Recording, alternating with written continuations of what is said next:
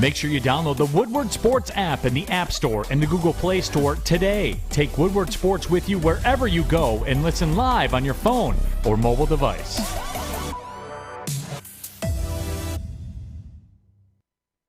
Good morning, everybody. Welcome to the Morning Woodward Show here on the Woodward Sports Network. Thank you to every single one of you for joining us this morning. Adham, Beydoun, Jeff, Iafrate, as always. We call him now Jeff the Italian Sausage, Iafrate, right? Is that the new nickname? Nah, I guess so. I don't know. After those pictures leaked on Twitter, bro, you got a lot of explaining to do. So am I the meat supplier or is Fish? I don't know. Honestly, it's looking like you at the moment. You know, I've always wondered.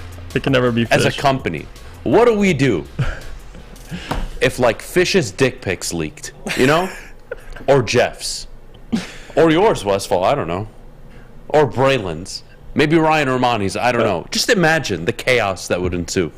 You know how much social media, PR we would have to play? Oh, especially Fish. That would be horrendous and amazing at the same time. See, Fish knows. No, but see, if Fish released his nudes, that would be a national holiday. Right, buddy? I don't know what. I don't know why it would be. I think there would be an overwhelming amount of positive reaction to you doing that. I mean, I don't know. That scares me a little bit. Clearly, I've thrown you off guard. Oh, you haven't thrown me off guard. I just be a little scared about that. Why? I don't know. I don't know if I want my news leaking out everywhere. Well, you just admitted that you have them, so at least that's good. No, I didn't admit I have them because I don't. But I mean, Juice's Ghost says if anyone's leaked, it would be Maz and from the back. Oh my Jesus goodness! Christ. Oh boy! Oh my goodness! Alrighty. Wow. Here's the first poll of the morning. It's a bit out dark. there. Oh. Okay. Whose nudes would you want to leak? No. Why are we doing this? You can do that. I'm joking. I'm not, but I am. Oh man! All right. By the way, I want to start with. I think leaked is stupid. What is it? When people say my stuff got leaked, they don't get leaked. You send them to other people, and other people decide to put them out there, or you get hacked. So here's the thing: don't send your nudes to anyone, and problem solved. Simple. Yeah, it's easier said than done, Fish. A lot of horny people out in the world. Well, I know. I want to start the show on a positive note. I want to start the show out on a positive note, okay? Here's what we got. Damar Hamlin's situation. Yesterday, he was taken down from 100% on oxygen to 50%, yep. So that is progress. That is good. So we'll continue to pray for him and hope he comes through, and, who knows what his future holds. So all you can really do, honestly, is pray and hope that he pulls through. That's it. And then regarding the Bills and the Bengals game, I don't see how they reschedule this, Jeff. And I want to hear your thoughts. If I'm the NFL, I know there's a lot of money involved in the game, but you can't play that game given one of these teams will have a bye week, likely, right, and the other won't. So you're going to ask one of them, likely, unless they both drop out, to play, I can't believe this, to play 3 football games in less than 12 days. That is a big ask. I think that's impossible. I think you rule it a draw, or a tie, I should say. I was just going to say that. I think you rule it a tie. They both get a tie. You move on. And for Week 18, you play it out as is, and you hope that seeding and scheduling isn't tremendously affected, but again, we don't anticipate stuff like this happening. So I'm not going to be upset, whoever you are. I don't think you should be upset either over this game not getting played. That's it. It's done, and it's really, if this was earlier in the year, you could pull this off. You can't pull it off this late in the year. Yeah. Playoffs are around the corner. Sunday's the final game of the season for all the teams. It's done, man. Yeah, it's the timing that makes it complicated. And Maz mentioned that yesterday with Stick and Sam on Armani and Edwards with Maz, and he brought up make it a tie. And I actually agree with him. I think the tie would be the right way to go here. I mean, you have the Bengals who pretty much locked up their division at this point, and then the Bills who already have the 2 seeds. So this game is, Monday Night Football, as entertaining as it was going to be. As of right now, after what we know about Damar Hamlin, there's no way they're going to be able to reschedule this and it be played this week. So I'm with you. Reel it a tie, move on. Both these teams, I don't think it's going to affect them long term. They'll be fine. And the number one thing, obviously, is just getting Damar Hamlin back on the field. I think that's, or at least healthy, whether he's playing football or not. I don't think anybody's concerned with rescheduling this game and playing it. Even if they did, Bills players, I don't think would be, if it was this week, suited for that. But, yeah, make it a tie. I'm with you. So, how do I say this without being rude? I know there's a lot of fantasy football implications in this, okay, guys? My understanding of this is the Week 17 slate is over. We are on to Week 18. I think that's how most leagues should rule it. That's how Yahoo has done it in our league, with my big money league that I play with my friends. So it's unfortunate, but this is an anomaly. It just doesn't happen. Right? There's no manual on how to handle these things. No, the league wasn't. They were ready for it, obviously, with their medical professionals. But I think a tie and move on. You don't make them play that game. And even if you move these games, guys, and Booner, I saw what you said. You don't want Monday, Tuesday games. Like, it is still going to impact these teams for the playoffs moving forward. We're not talking about a game between the Lions, let's say, and the Bears. We're not talking about a game versus the Bears and the Rams. We're talking about the top two seeds in the AFC. Right. They don't want to be playing a game coming off a traumatic event on short notice, delay their next game, and then delay their playoff game. To me, that's not the solution. Especially for the Bengals, who their division is currently still, up for grabs. If KC loses, you have the Ravens playing this week. That's why the tie, to me, makes the most sense.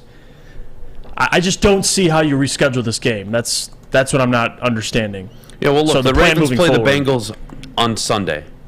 And the reality is, in the AFC North, you look at the standings, they're technically a game and a half behind. Even if they win on Sunday, you give Cincinnati a tie. and And they get through. Yeah. And correct me if I'm wrong, does Cincinnati not own the tiebreaker? So, again, Baltimore are playing Cincinnati on the road, so Cincinnati's at home. I don't see how it plays out, but again, I don't see how you replay that game. And this comment, too, and I agree with it, Brian says, I find it odd there isn't a plan in place from the NFL and NFLPA about how to proceed after catastrophic injury or worse. This is a very real possibility. There is, though. There is. Catastrophic injury, Ryan Shazier, I mean, we've seen this before. But you have never seen a player's heart stop on the field. Correct me if I'm wrong. He died on the field. So I'm struggling with that. That's not supposed to happen. You tear your ACL. You can tear your Achilles. You can break your leg. Dude, that stuff is traumatizing regardless. But what happened to Damar Hamlin was to the 10th degree. And again, the NFL should learn from this. Hopefully there are better procedures in place for the players, not just what happened, because if anything, I thought the medical doctors on the field were phenomenal. And I don't think they get talked about enough. They did a hell of a job. But you look at everybody else, the players, the coaches. Look, they're going to learn from this situation. Hopefully it never happens again. But I don't think you play. I don't. That would be extremely irresponsible, I think, to play and have these two teams play again. It's not going to happen. It just isn't going to happen. Give them a tie. Give them each a tie. I understand playoff seedings are on the line. I understand there's a lot of money involved, but you can't replay that game and tell me those teams are now at a disadvantage going into the playoffs. Because not only have you made them play on short notice, you're delaying all their playoff games, which means other teams are getting more rest while they're playing on shorter terms. It doesn't make any sense to me. But what are you going to do? What are you going to do? I want to move on real quickly as well. Local news. Jakub Vrana placed on waivers. Not sure yet if he's cleared.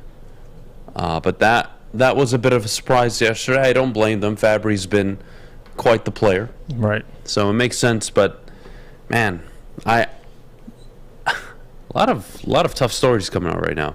Hopefully Jakub has done a better job and hopefully he's addressed his problems, but what it means for the Red Wings, it doesn't mean much, to be honest with you. Right. If you're not available, what good are you to me? Why is your plan still going?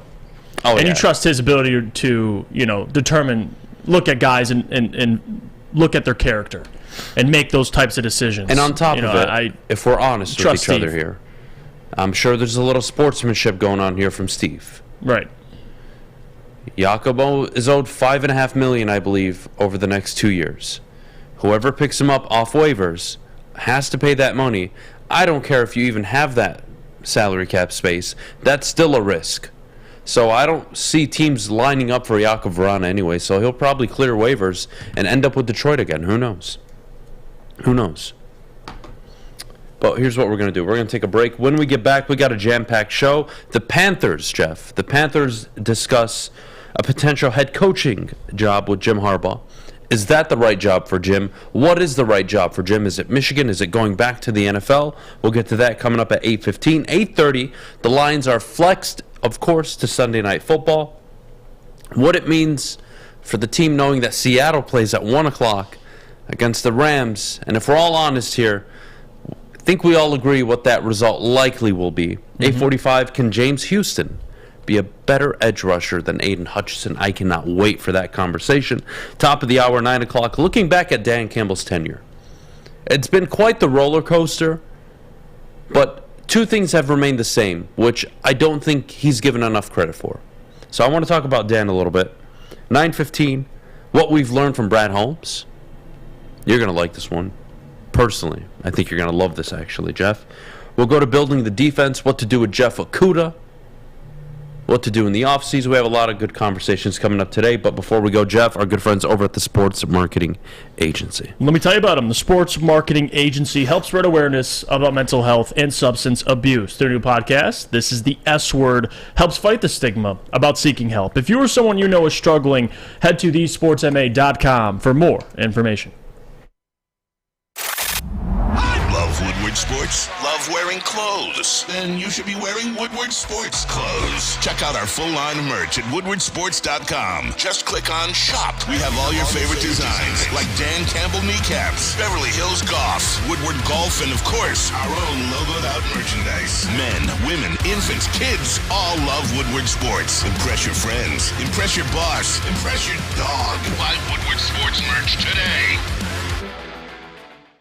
Introducing the Planet Fitness Guide to getting that post-workout glow. Step 1. What's your why?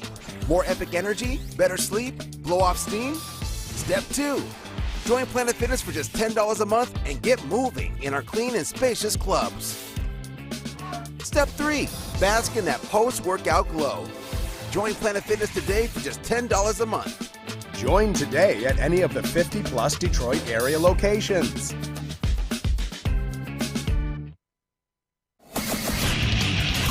Get a shot up. This is for the win. All of Detroit's sports teams live on Woodward. All of Detroit's sports coverage lives on Woodward Sports. Driving the best in Detroit sports coverage.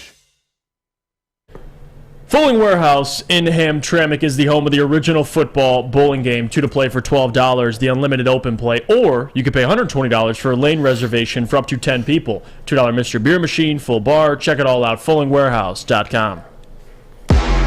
All right, we are back here on the Morning Woodward Show live. WoodwardSports.com as always. Jim Harbaugh reportedly discussed a potential head coaching role with the Carolina Panthers owner, David Tepper. And my question this morning for all of you in the chat, for you, Jeff, is what is the right job for Jim Harbaugh? Huh? And as of, 7, 8, 9 hours ago, he said, I think I'm coaching Michigan next year. His exact quote. Okay. But I think we forget how important Jim Harbaugh has been to Michigan, because he's brought them to a level, in my opinion, they've never been at before. Arguably since 97. You could argue the 06 team was super, super talented. But really 97 was the last time you looked at Michigan as oh, wow. Look at that school, right? So he's done a phenomenal job at Michigan. And yes, the TCU game is extremely disappointing, and it was a huge missed opportunity. But it doesn't negate the fact what he's accomplished in his 8 years at Michigan. Absolutely. And now he's won back-to-back Big Ten championships. He's won on the road in Columbus. He's won at home. No Michigan coach has won in Columbus since 2000. So he's hit some major milestones recently. And I think he's earned a ton of credit here. Having said that, we forget he was a fucking serial winner in the NFL. He had a win percentage above 64%, I believe, in the NFL. 3 NFC championship appearances, Jeff. He won with Colin Kaepernick as his quarterback. He was a run-first, good defense. Who does that remind you of, by the way? Kyle Shanahan and the current San Francisco 49ers. And it worked. And it was effective as hell. Patrick Willis, Navarro Bowman, some of the dogs they had on that defense. They had Aldon Smith, I believe, before all the that was monster off the field problems happened. Yeah. But that was Aldon Smith. My goodness, what a problem he was. Their interior line, Frank Gore, Michael Crabtree. They were just a really adult-built team, and it worked, man. And people forget just how good Jim was in the NFL. Now, did he lose in the Super Bowl? Yeah. Did he lose 2 NFC championship games? Sure. Yeah. But damn.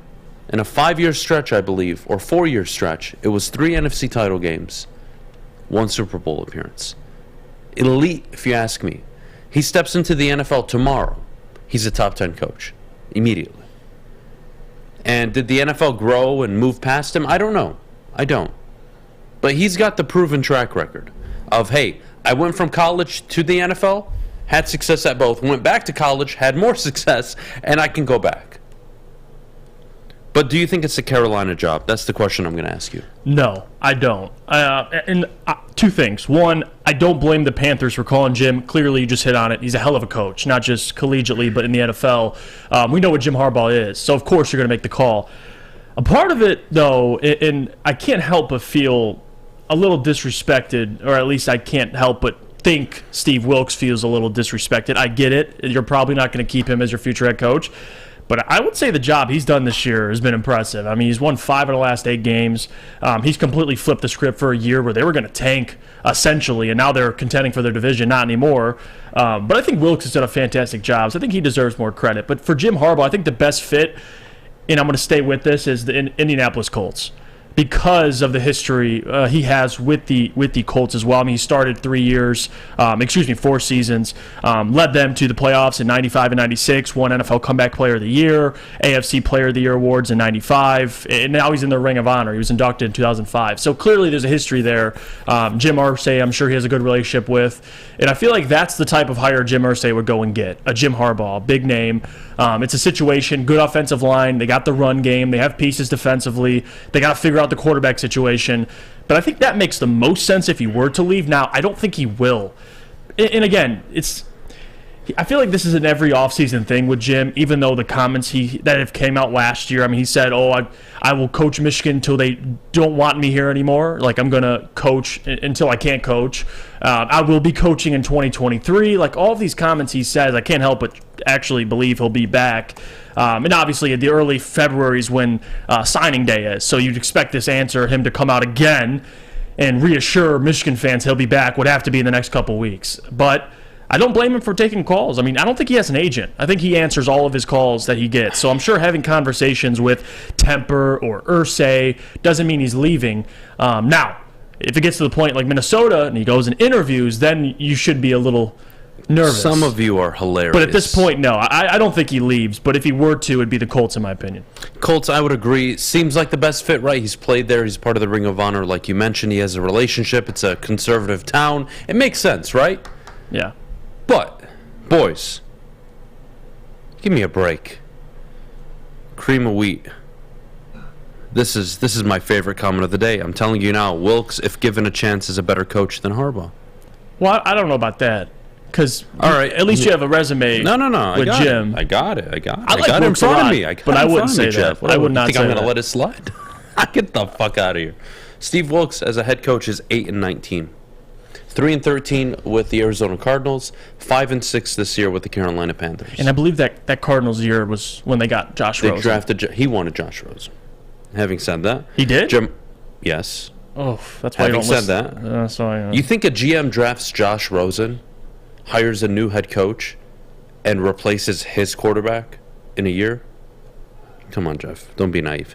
Anyways, Jim Harbaugh, his first 3 years in the NFL, 13-3, 11-4-1, 12-4, 3 straight NFC title appearances, and a Super Bowl appearance in year 2.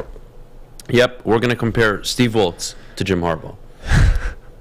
Grade A stuff this morning, guys. Quality. Unbelievable. Steve Wilkes, number one, I think has earned the right to interview for the job. Again, I'm going to be open and honest with all of you. If I was the GM of the Carolina Panthers, I'm looking at drafting a quarterback this year at the top 4, top 5 pick, whatever I have. Hopefully, I think I'm sitting at 7 right now, or 8. Carolina maybe. Regardless, I'm looking to get my quarterback because clearly that's a big problem. The defense is there. So what do I need to do? I need to bring an offensive-minded guy in, whether it's a coordinator and have Wilkes as the head coach, or I need to bring in an offensive-minded head coach. I don't know. But what I do know is I need a franchise quarterback. That is my priority one. And I need a guy who I believe can groom and build and grow and develop my franchise quarterback. And do I think Steve Wilkes can do that? Again, I don't know Steve. I'm sure he's admired and loved in the building. Right. We've seen this happen with Rick Fisaccia last year. Right, with the Raiders, led them to the playoffs. Boom. Gets canned. They bring in Josh McDaniels. They regress. It doesn't always work. But conventional wisdom here. Common sense. I'm looking out. I'm looking at a Ben Johnson. I'm looking at a Byron Leftwich. I'm looking at some of the OCs around the league and saying, hey, if I take a CJ Stroud or a Will Levis, that might be the guy. Call me crazy, call me racist. I don't give a shit what you call me, to be honest with you. But Steve Wilkes, 5-6, has earned the right to be the head coach? Yeah. I think he's earned the right for an interview. I think he's better than people give him credit for. But he performs when he's been a defensive coordinator in his past. Because he's built top 10, top 15 defenses. Yeah, he was prior. with Carolina when they made the Super Bowl 2017, I believe, correct? Yep. So let's not be naive. He's a good coach. Is he a head coach? He's 8-19. You want to take your chance, if you're a GM, on an 8-19 coach who got his team to play hard for him? That's to you. Not my preference. We can all make our own decisions in life. But to act like Jim Harbaugh is a bad... Guys, Jim Harbaugh is an elite coach. And if he leaves Michigan, Michigan will be hurting. That's not an easy replacement. And, we have that conversation coming up at 9:40 in the second hour. Who do you replace Harbaugh with? Because there's not many names out there. And I got a few, but these aren't well-known names. These are chances. You're taking chances on the guys that I'm going to list you at 9:40. But we got to stop with the Jim Harbaugh nonsense. He's an elite coach. He's done a hell of a job at Michigan. The last 2 years, he solidified the program. He's brought them to a level they've never been at, and I think he deserves a ton of credit, along with the players and everybody else involved with the University of Michigan. Having said that, if Jim Harbaugh gets an NFL job, forget that if he gets an NFL job, Jeff. Here's a hat on the table right here. There's Ben Johnson, Byron Leftwich, all the guys that, Mike Kafka, all the guys that you're going to be talking about potentially getting a head coaching job. Okay, Jeff? Mm-hmm. Rank them all in your head. Just think about it. All those guys. And then I throw in Jim Harbaugh in there. Where does Jim Harbaugh fall on that list? Pretty high. I mean, he comes to the front. Won. Yeah, he's probably won. He comes to the front. Because like you said, small sample size, you saw the success he's had in the NFL. I mean, it's intriguing. Really is. That's just where I see it. Right. How I see it is, if Jim goes to the NFL, I don't blame him. But if he stays at Michigan, honestly, I don't blame him either. You know why? Last I checked, they got a hell of a squad returning next year. Yeah. Last I checked, I think he's got something on Ryan Day. I'm not sure what it is, but psychologically, they've got something going on right now. I don't see Mel Tucker and Michigan State catching up to Michigan this upcoming season. Ohio State is their only threat. So I don't blame him if he wants to stay not only the upcoming year, but for years to come and just be the Michigan guy. And do I think Jim eventually can deliver a national championship? I do. He's an excellent coach. Now, is it a huge disappointment against TCU? Are we going to be frustrated about it? Oh God, it makes you frustrated as hell knowing that you missed an opportunity to get to the title game? Absolutely. And we can all talk about this. But to act like what Michigan has done the last 2 years is now irrelevant, I think is a bit much. Disappointing, frustrating, does not take away 2 Big Ten championships, an undefeated season, 2 wins against Ohio State. Like, come on. We got to be fair here. And I remember a time when Georgia couldn't beat Bama, and they couldn't get to the national title game, and they couldn't win the title game. I remember those times. So let's chill here. I want to give Jim in Michigan the benefit of the doubt because I think he's building a hell of a program. He has built one. Yeah. I think he's doing what he was brought there to do, which is restore Michigan into being in the conversation every single year, and they have. I mean, even back-to-back playoff appearances moving forward. I expect them next year to contend for the Big Ten, maybe even win the Big Ten, make the college football playoff again. So, hey, can't complain with what Jim's done. Even though you've lost back-to-back years in the playoffs and it's upsetting, it doesn't take away what Michigan has accomplished for the rest of the season, winning the Big Ten back-to-back years. So, hey, Jim Harbaugh, hell of a coach, collegiately or in the NFL. Fair enough. Fair enough. Give me 1 second, Jeff. I want to check something, and what I would like to do is go to the current coaches. How do I want to do this? You know what? We'll leave it here. We'll move on from Harbaugh. We'll take a break. Adam, you can say he's going to win a natty when he's so damn bad, when he has a month to prep, because that's clear. Oh, by the way, Jimbo beat your boyfriend, Jimmy. Who?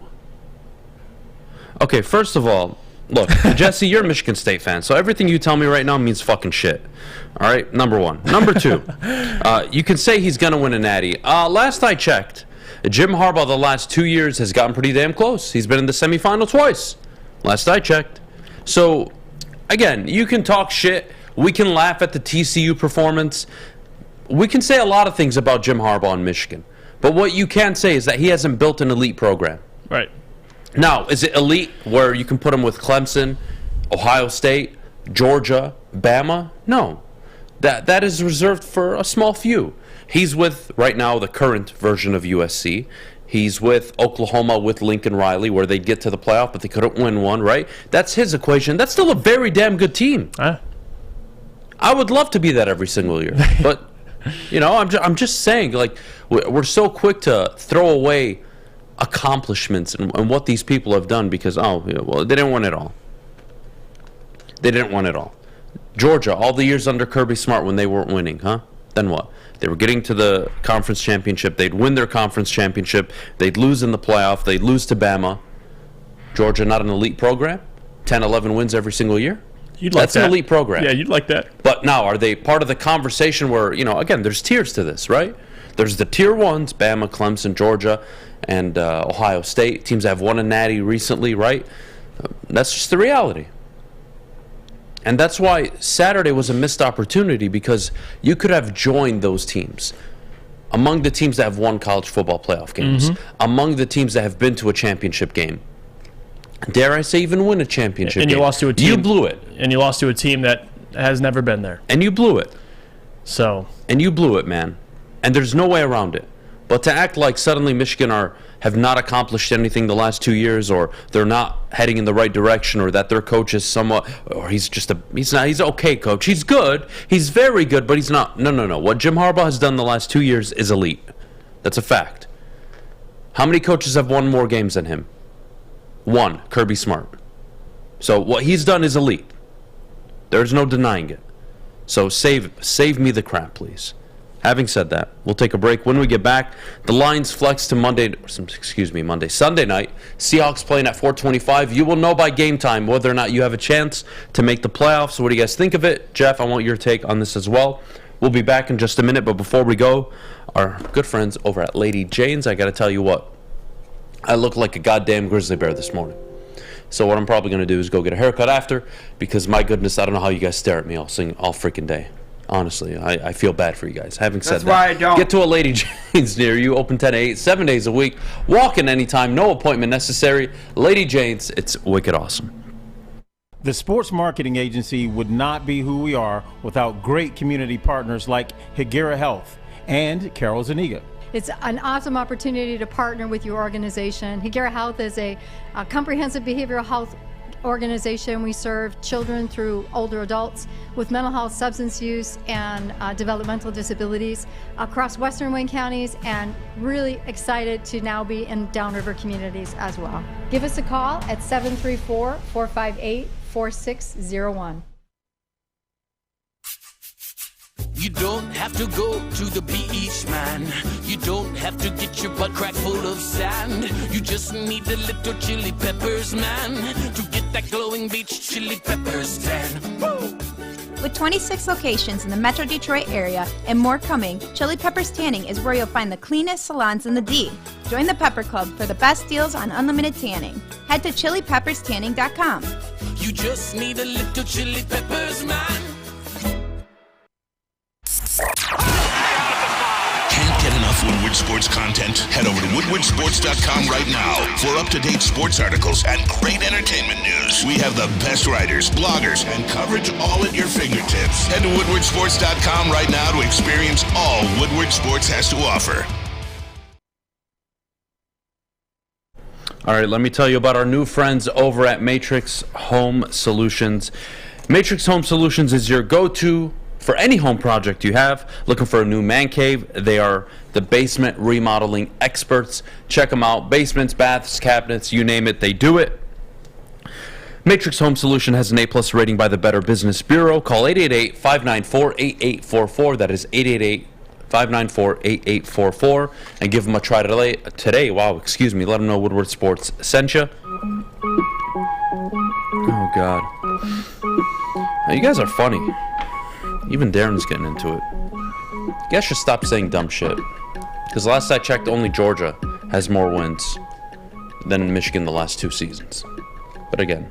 But they're not on that level of program, but They're not. last 2 years, they're not, correct. But they've been one of the best teams in college football the last 2 years. That doesn't matter. That's a fact. That doesn't matter. Yeah. Lions flex to Sunday night. Seahawks kicking off at 4:25. Lions fans, we are going to know the fate of this team, whether or not they're going to be in the playoffs or not, before the game. I hate that. That's really the question this morning is how, not really how you feel, but that to me it's a bit of a spoiler. I always thought they should have played at the same time. Having said that, though, Jeff, if I'm honest with you, it's not the Lions who are flexed into the Sunday night spot. Like, we really need to understand it's Aaron Rodgers. There's no. There's one team in the NFC right now that controls its destiny. One. And only one team. The Green Bay Packers. Regardless of what happens with every game in the NFL, if the Packers win, they're in. That's why it got flexed. Yeah, they have more NFC wins. Now, if it was vice versa, and it was the Seahawks playing, and the Seahawks, if they won, they had the tiebreaker over the Packers. Seahawks-Rams would have been Sunday night. Lions and Packers would have been a 4 o'clock game. Doubt it would have been a 1 o'clock game, likely. That's what would have happened. That's just the truth. So, upset? A bit frustrated? I mean, to me, I'm not sure how I feel about it yet. Yeah, I'm not. I'm jokingly saying that because you're going to watch. Obviously, all Lions fans are going to be tuning into the Rams versus the Seahawks. A part of me does have a little bit of faith in what the Rams can do. I believe they only lost by, 4 points early in the year, and that was without Baker. So it's in L.A. Baker, we'll see what the new Rams look like. I know Matthew Stafford's cleared to play. I don't think he will. Man, that would be epic if he played one game to beat the Seahawks for us. That would be our return. You get your Super Bowl. You play the last game of the season. You take care of the Seahawks for us. Allow us to go out, beat the Packers, and we make the playoffs. But the reality is, regardless of what happens in that Seahawks game, even if the Seahawks beat the Rams, the fact of the matter is, just go beat the Packers. I know Stick mentioned it yesterday. The Lions are going to go into that game with nothing to play for. Not really, because they can still go out and sabotage the Green Bay Packers. So I'm not too frustrated with it. We understood as soon as they lost that game versus the Panthers that this was going to be the situation. So I'm not shocked. I'm just excited to see the Lions on Sunday Night Football. That's what it is. Yeah, no, it's a great stage, really. That's what it is, yeah. How do you feel about this if I give you 2 scenarios, all right? And this is hypothetical, right? You can't prove it. You can't say that if this happens, they will or they won't. But if the Seahawks win, okay, do the Lions go into Sunday night with less pressure and they just play their ass off and try to play spoiler, and that's easier for them? Or is it easier or better for them knowing that they actually have a chance and that the Seahawks lost? I know there's no right answer here, but I just want to hear what you think of this. I think as a player from their perspective, you don't care, do you? I don't think so. I do think they'll be checking, obviously, ESPN. They'll be looking at the Seahawks. If they beat the Rams, of course they're going to be like, damn. You know, they're going to understand that. But regardless, they're going to go out and play. I mean, you're going to Lambeau. It's Sunday Night Football. It's a big stage. You have a young team. So I don't think it changes their approach. I don't think Dan Campbell, you know the guys are going to come ready to play. I'm not concerned about that. Now, if the Rams win, I think the game, obviously, it raises the stakes a lot. Like the Lions, I think that game becomes a little more intense. I don't think it changes their approach. I think they're still going to be ready. They want to win the game, obviously. But if the Seahawks lose, it does. I do think players won't admit it, but I do think it provides a little more motivation. If they lose 100%, it's like, hey, boys, let's go. If the Seahawks win, and let's say they do, I think it's, hey, boys, look, forget about it. The team we're playing, we don't like at all. No. We are not going to afford them the opportunity to go in the playoffs by beating us. I think the motivation is still as high, maybe not as high, 5% less, but still, I do think the motivation is there, regardless of, Seattle wins.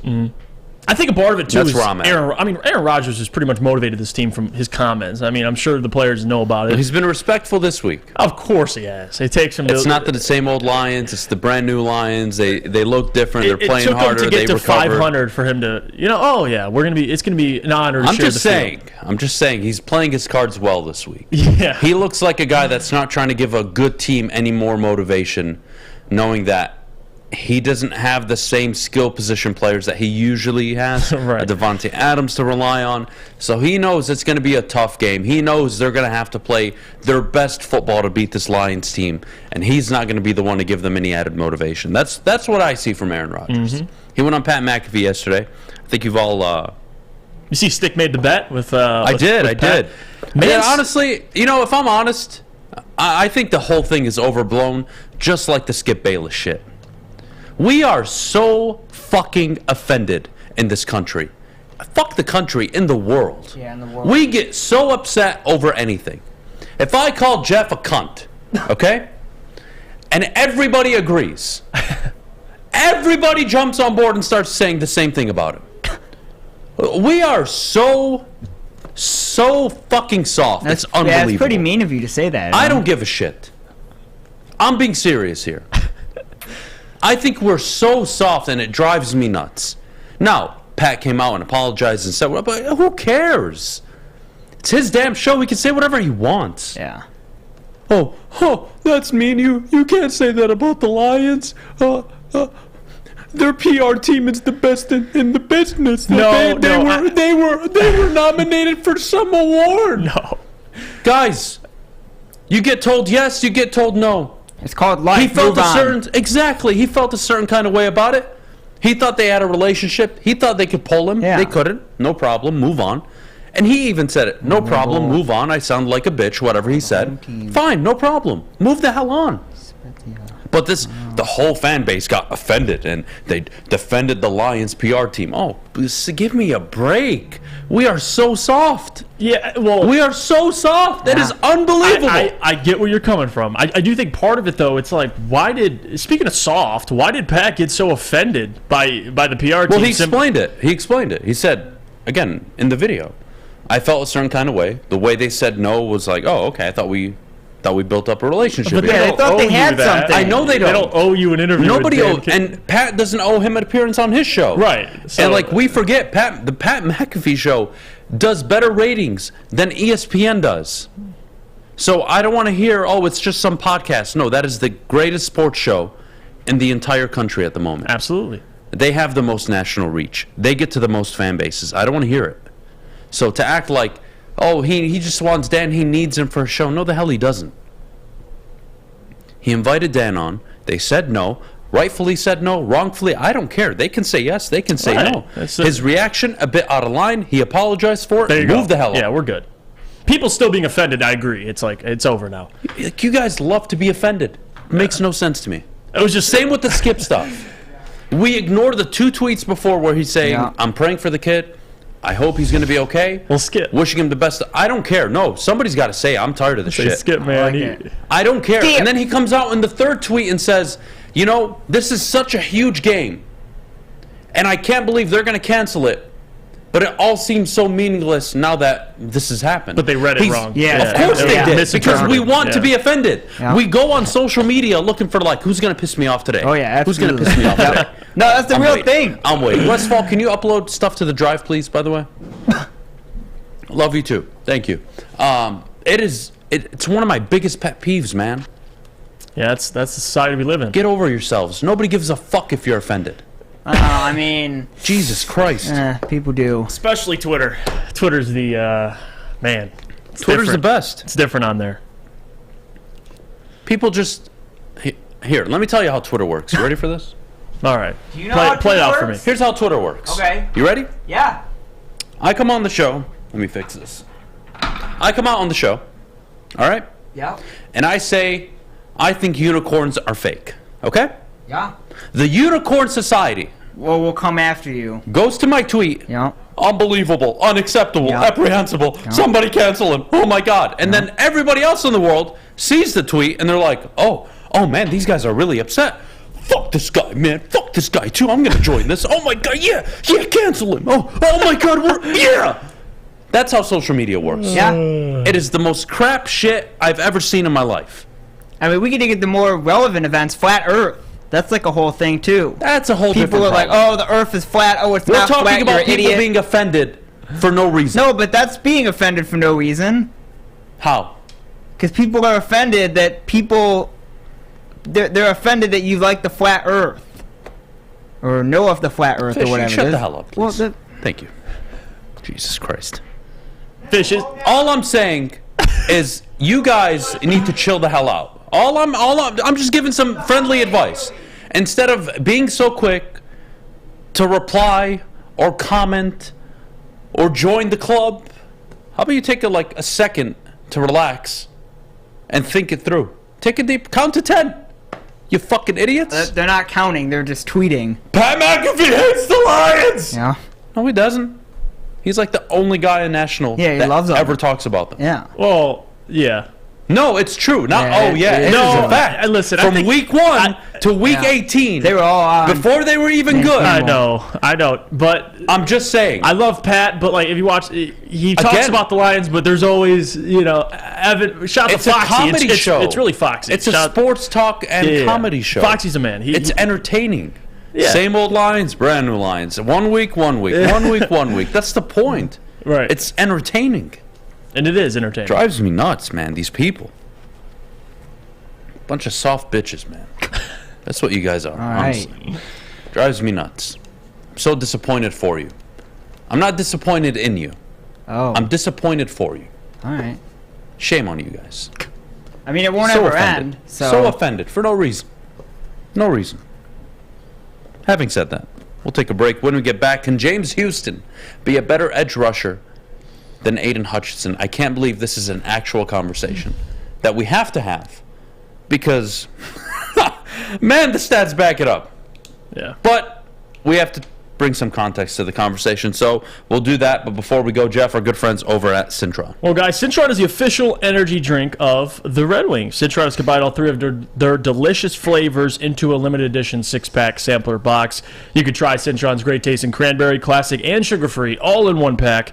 Pre-order your Cintron 6-pack sampler box today at cintronworld.com/Red Wings. Get energized with Cintron. We here at Woodward Sports would like to thank everybody who helped us stuff our studio. The 3rd annual Stuff a Studio was a major success thanks in part to our partners at Guardian Alarm and Meyer Stores for making it all possible. And of course, we couldn't do it without our community leaders and viewers like you. Thank you for dropping off toys to our studio that were taken to the Mott Children's Hospital in Ann Arbor so every sick child could have a happy holiday. We are incredibly grateful for Woodward Sports, Guardian Alarm, and Meyer for making the holidays so special for our patients and families. families. So what we do is try to bring some normalcy to their lives at this time. This is a labor of love. It brings so much joy, and not just for the families and for the children, but for our staff. Thank you.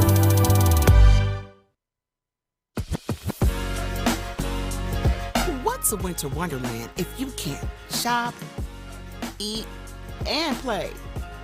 Lucky for you, you can do it all at the Downtown Detroit Market, Cadillac Lodge, and the new winter version of the Monroe Street Midway, all located just across the street from Campus Martius Park.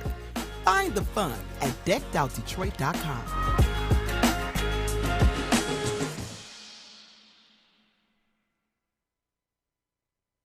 Hi, I'm John from Better Rate Mortgage, and to me, family is more than blood. That's why I have the biggest family in Metro Detroit. If you're looking to buy a house or refinance and need a loan, come get treated better than family by me and our entire team here at Better Rate Mortgage. We pride ourselves on giving you better advice, better service, and a better loan experience. That's why we are Better Rate. If you're looking for a new mortgage, come get treated like family. Actually, better with Better Rate Mortgage. Visit us at mybetterrate.com or call at 248-480-4467 today. Woodward Avenue, the first paved road in America. Woodward Sports, the first sports network born in Detroit and made for Detroit. At Alta, uptime matters. Alta Equipment has everything you need to get the job done. If you have a big project coming up, Alta Rent has you covered. Call them today, 844-GO-TO-ALTA. That's 844-GO-TO-ALTA today. All right, we are back here on the Morning Woodward Show, live as always, woodwardsports.com, 8:47. Thank you to everybody joining us this morning. Fish, happy holidays, buddy.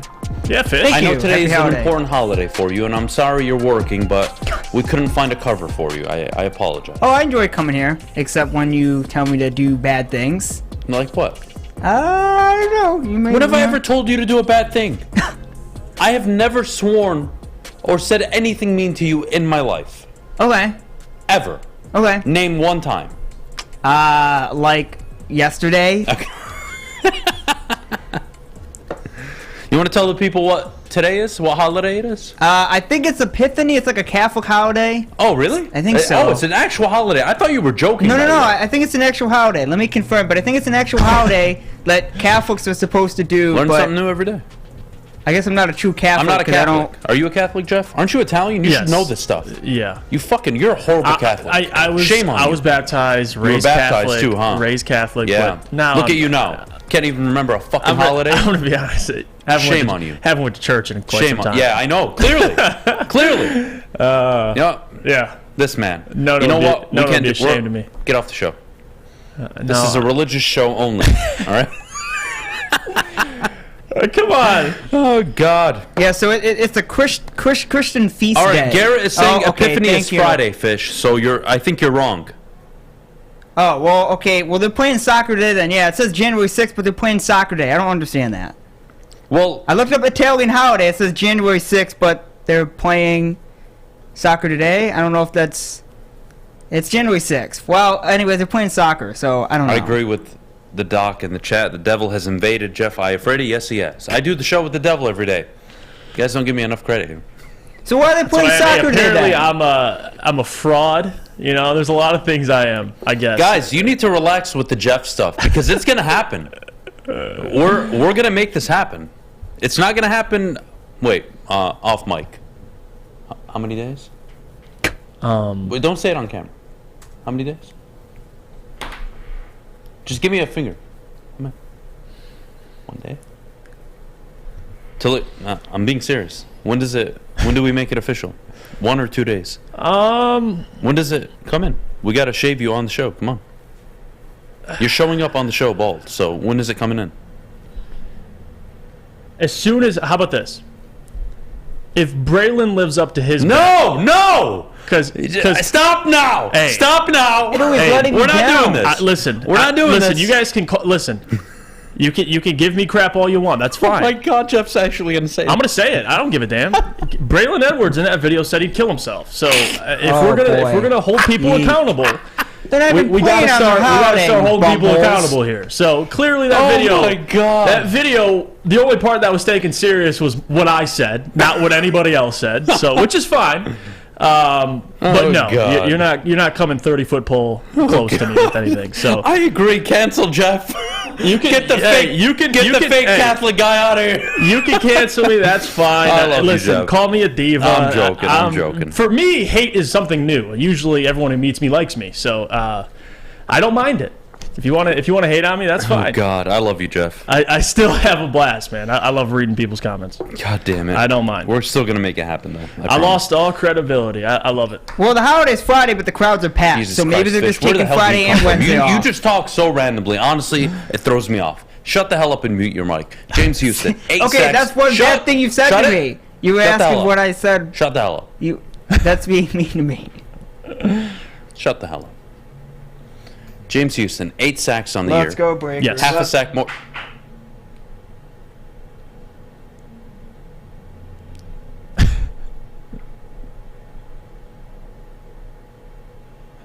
Fuck you.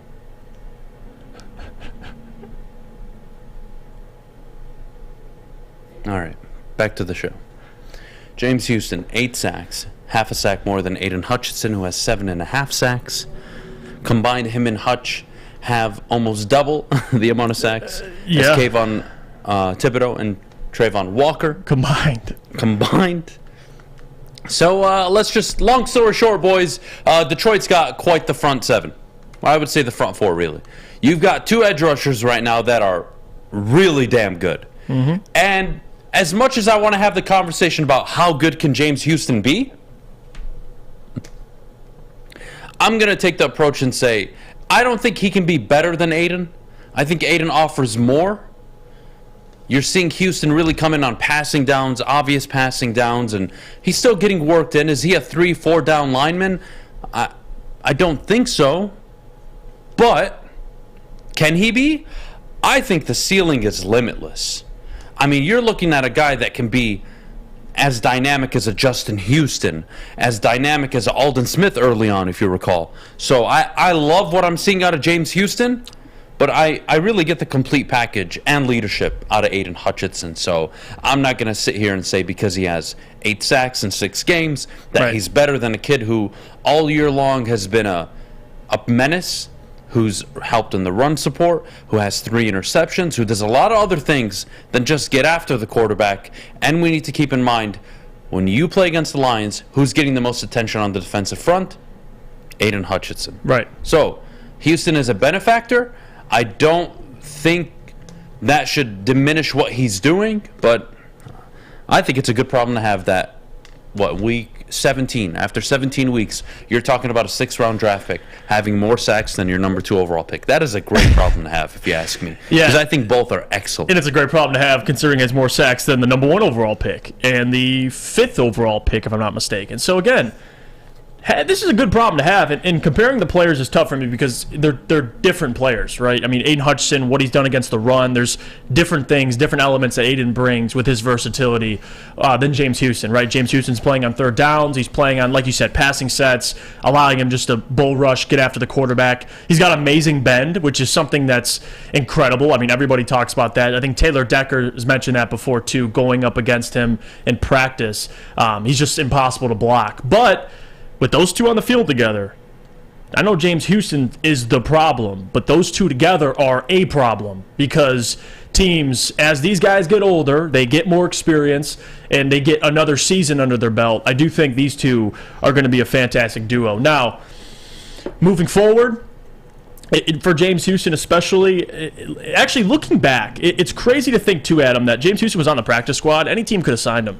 I mean, he could have been just plucked off your practice squad. He could have been given any other team this type of production. What if I told you? But he was brought back. What if I told you? Now you got Houston, the problem.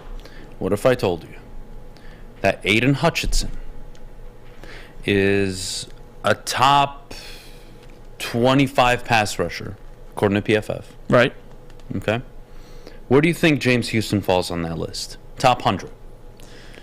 Between 1 and 100, where's James Houston sitting at right now as a pass rusher? Not overall grade. I say 15.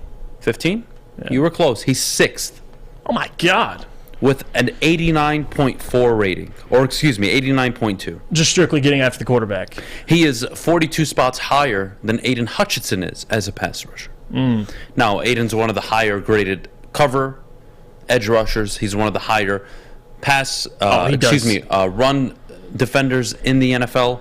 So overall, Aidan has been clearly the better player, but strictly as a guy that, hey, get in there, get after the quarterback, James Houston has been that and more. It's been phenomenal to watch. It's a great problem to have.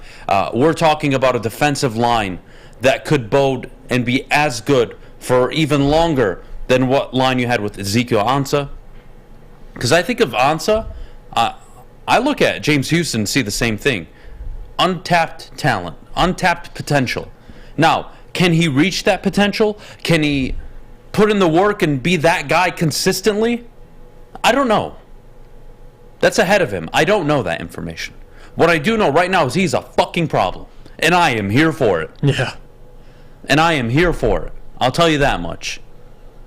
And you have a defensive line that could grow to be better than the line you had with Sue, Fairley, Ansah, and some of the veterans you had there at the time. I mean, this is... And I think Houston makes up for, the second round debacles that the Lions have had. Now, Josh Pascal, 2 sacks last week, so he's looking better and better.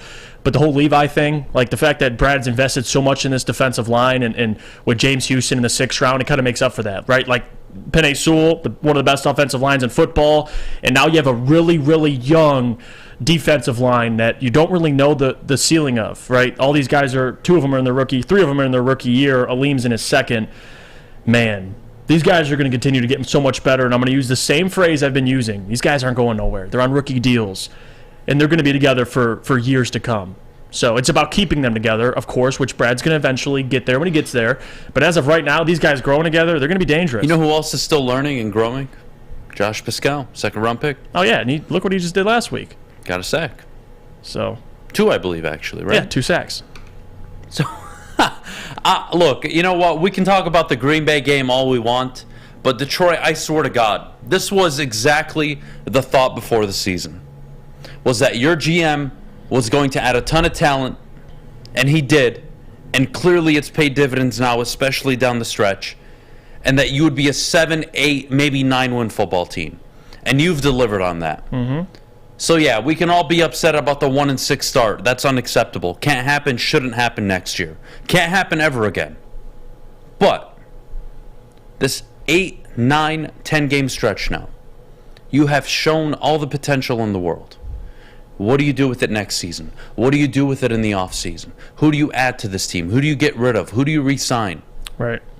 That to me is...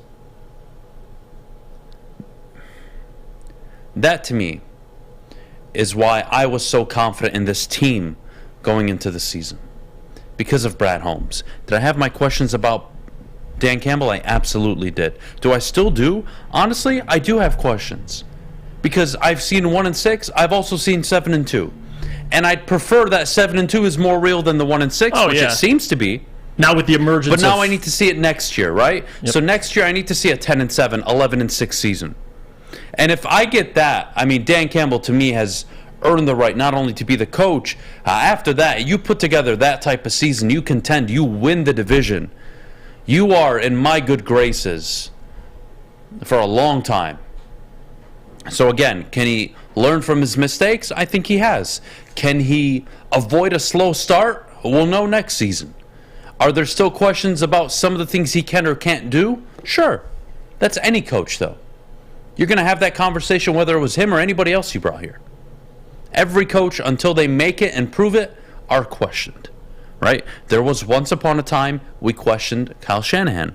We questioned even Sean McVay. We questioned a lot of these guys. Could they get it done? And it always changes, by the way.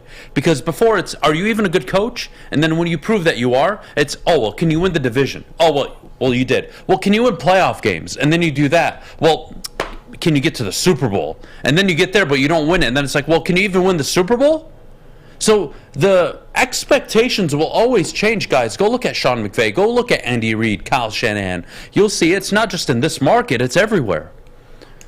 So if Dan does deliver on what we believe next year will be, your expectations, rightfully so, are going to go up. And it's going to be a great thing. And I really can't wait for it. I really can't. I'm excited for the offseason. Quick correction, too, thanks to the chat. James Houston, since they cut him, he's not on the rookie deal no more. No, he's not. Yeah, it's a short deal, so they're going to have to... I think it's a 2-year deal? Yeah, after next season, he's a free agent. So yeah, they will likely rework his contract midway into next year. You got if he's playing at this level. Yeah, no and question. They're going to have to probably give him a 4 or 5 year deal worth 20, 25 million, maybe even more. Yeah, lock him up. Who knows? Who knows? He's going to cost a lot if he keeps getting a sack a game, though. I mean, that's ridiculous. I think he's averaging like 1.3 his average. Like, take all the games he's played. It's unreal. Insane. 1.3 sacks Let's take per a game. break. Top of the hour. When we get back, looking back at Dan Campbell's tenure, this was the perfect introduction to it, how it started, and how it's going currently. We'll get to that in just a bit, but before we go, Jeff, our good friends over at Guardian Alarm. Well, it's a new year, and let Guardian Alarm offer you customized solutions from real experts. Our professional technicians take the time to recommend security and automation solutions specific to your needs. 24/7 professional monitoring.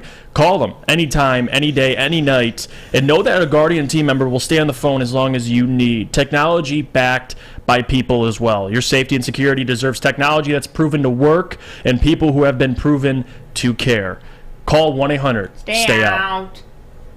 Introducing the Planet Fitness Guide to getting that post-workout glow. Step 1. What's your why? More epic energy? Better sleep? Blow off steam? Step 2. Join Planet Fitness for just $10 a month and get moving in our clean and spacious clubs. Step 3. Bask in that post-workout glow. Join Planet Fitness today for just $10 a month. Join today at any of the 50-plus Detroit area locations. It's a great day to get some Centron in your life. Okay. There it is. Centron, here we go. Gotta grab the cranberry. Oh wait, it's 2 for $4.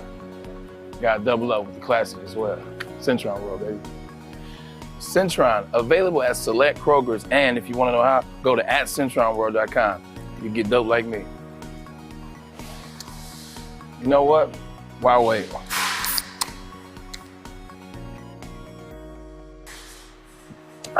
Great taste, guaranteed.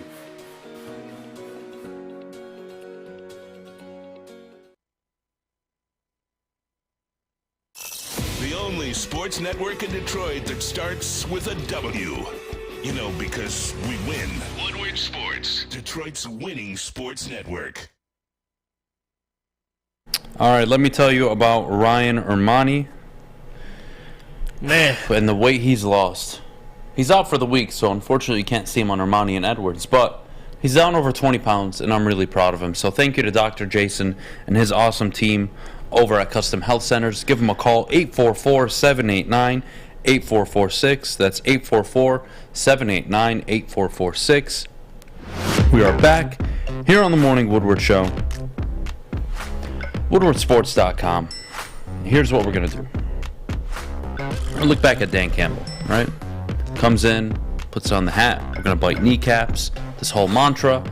And it's a 3-13 in one season.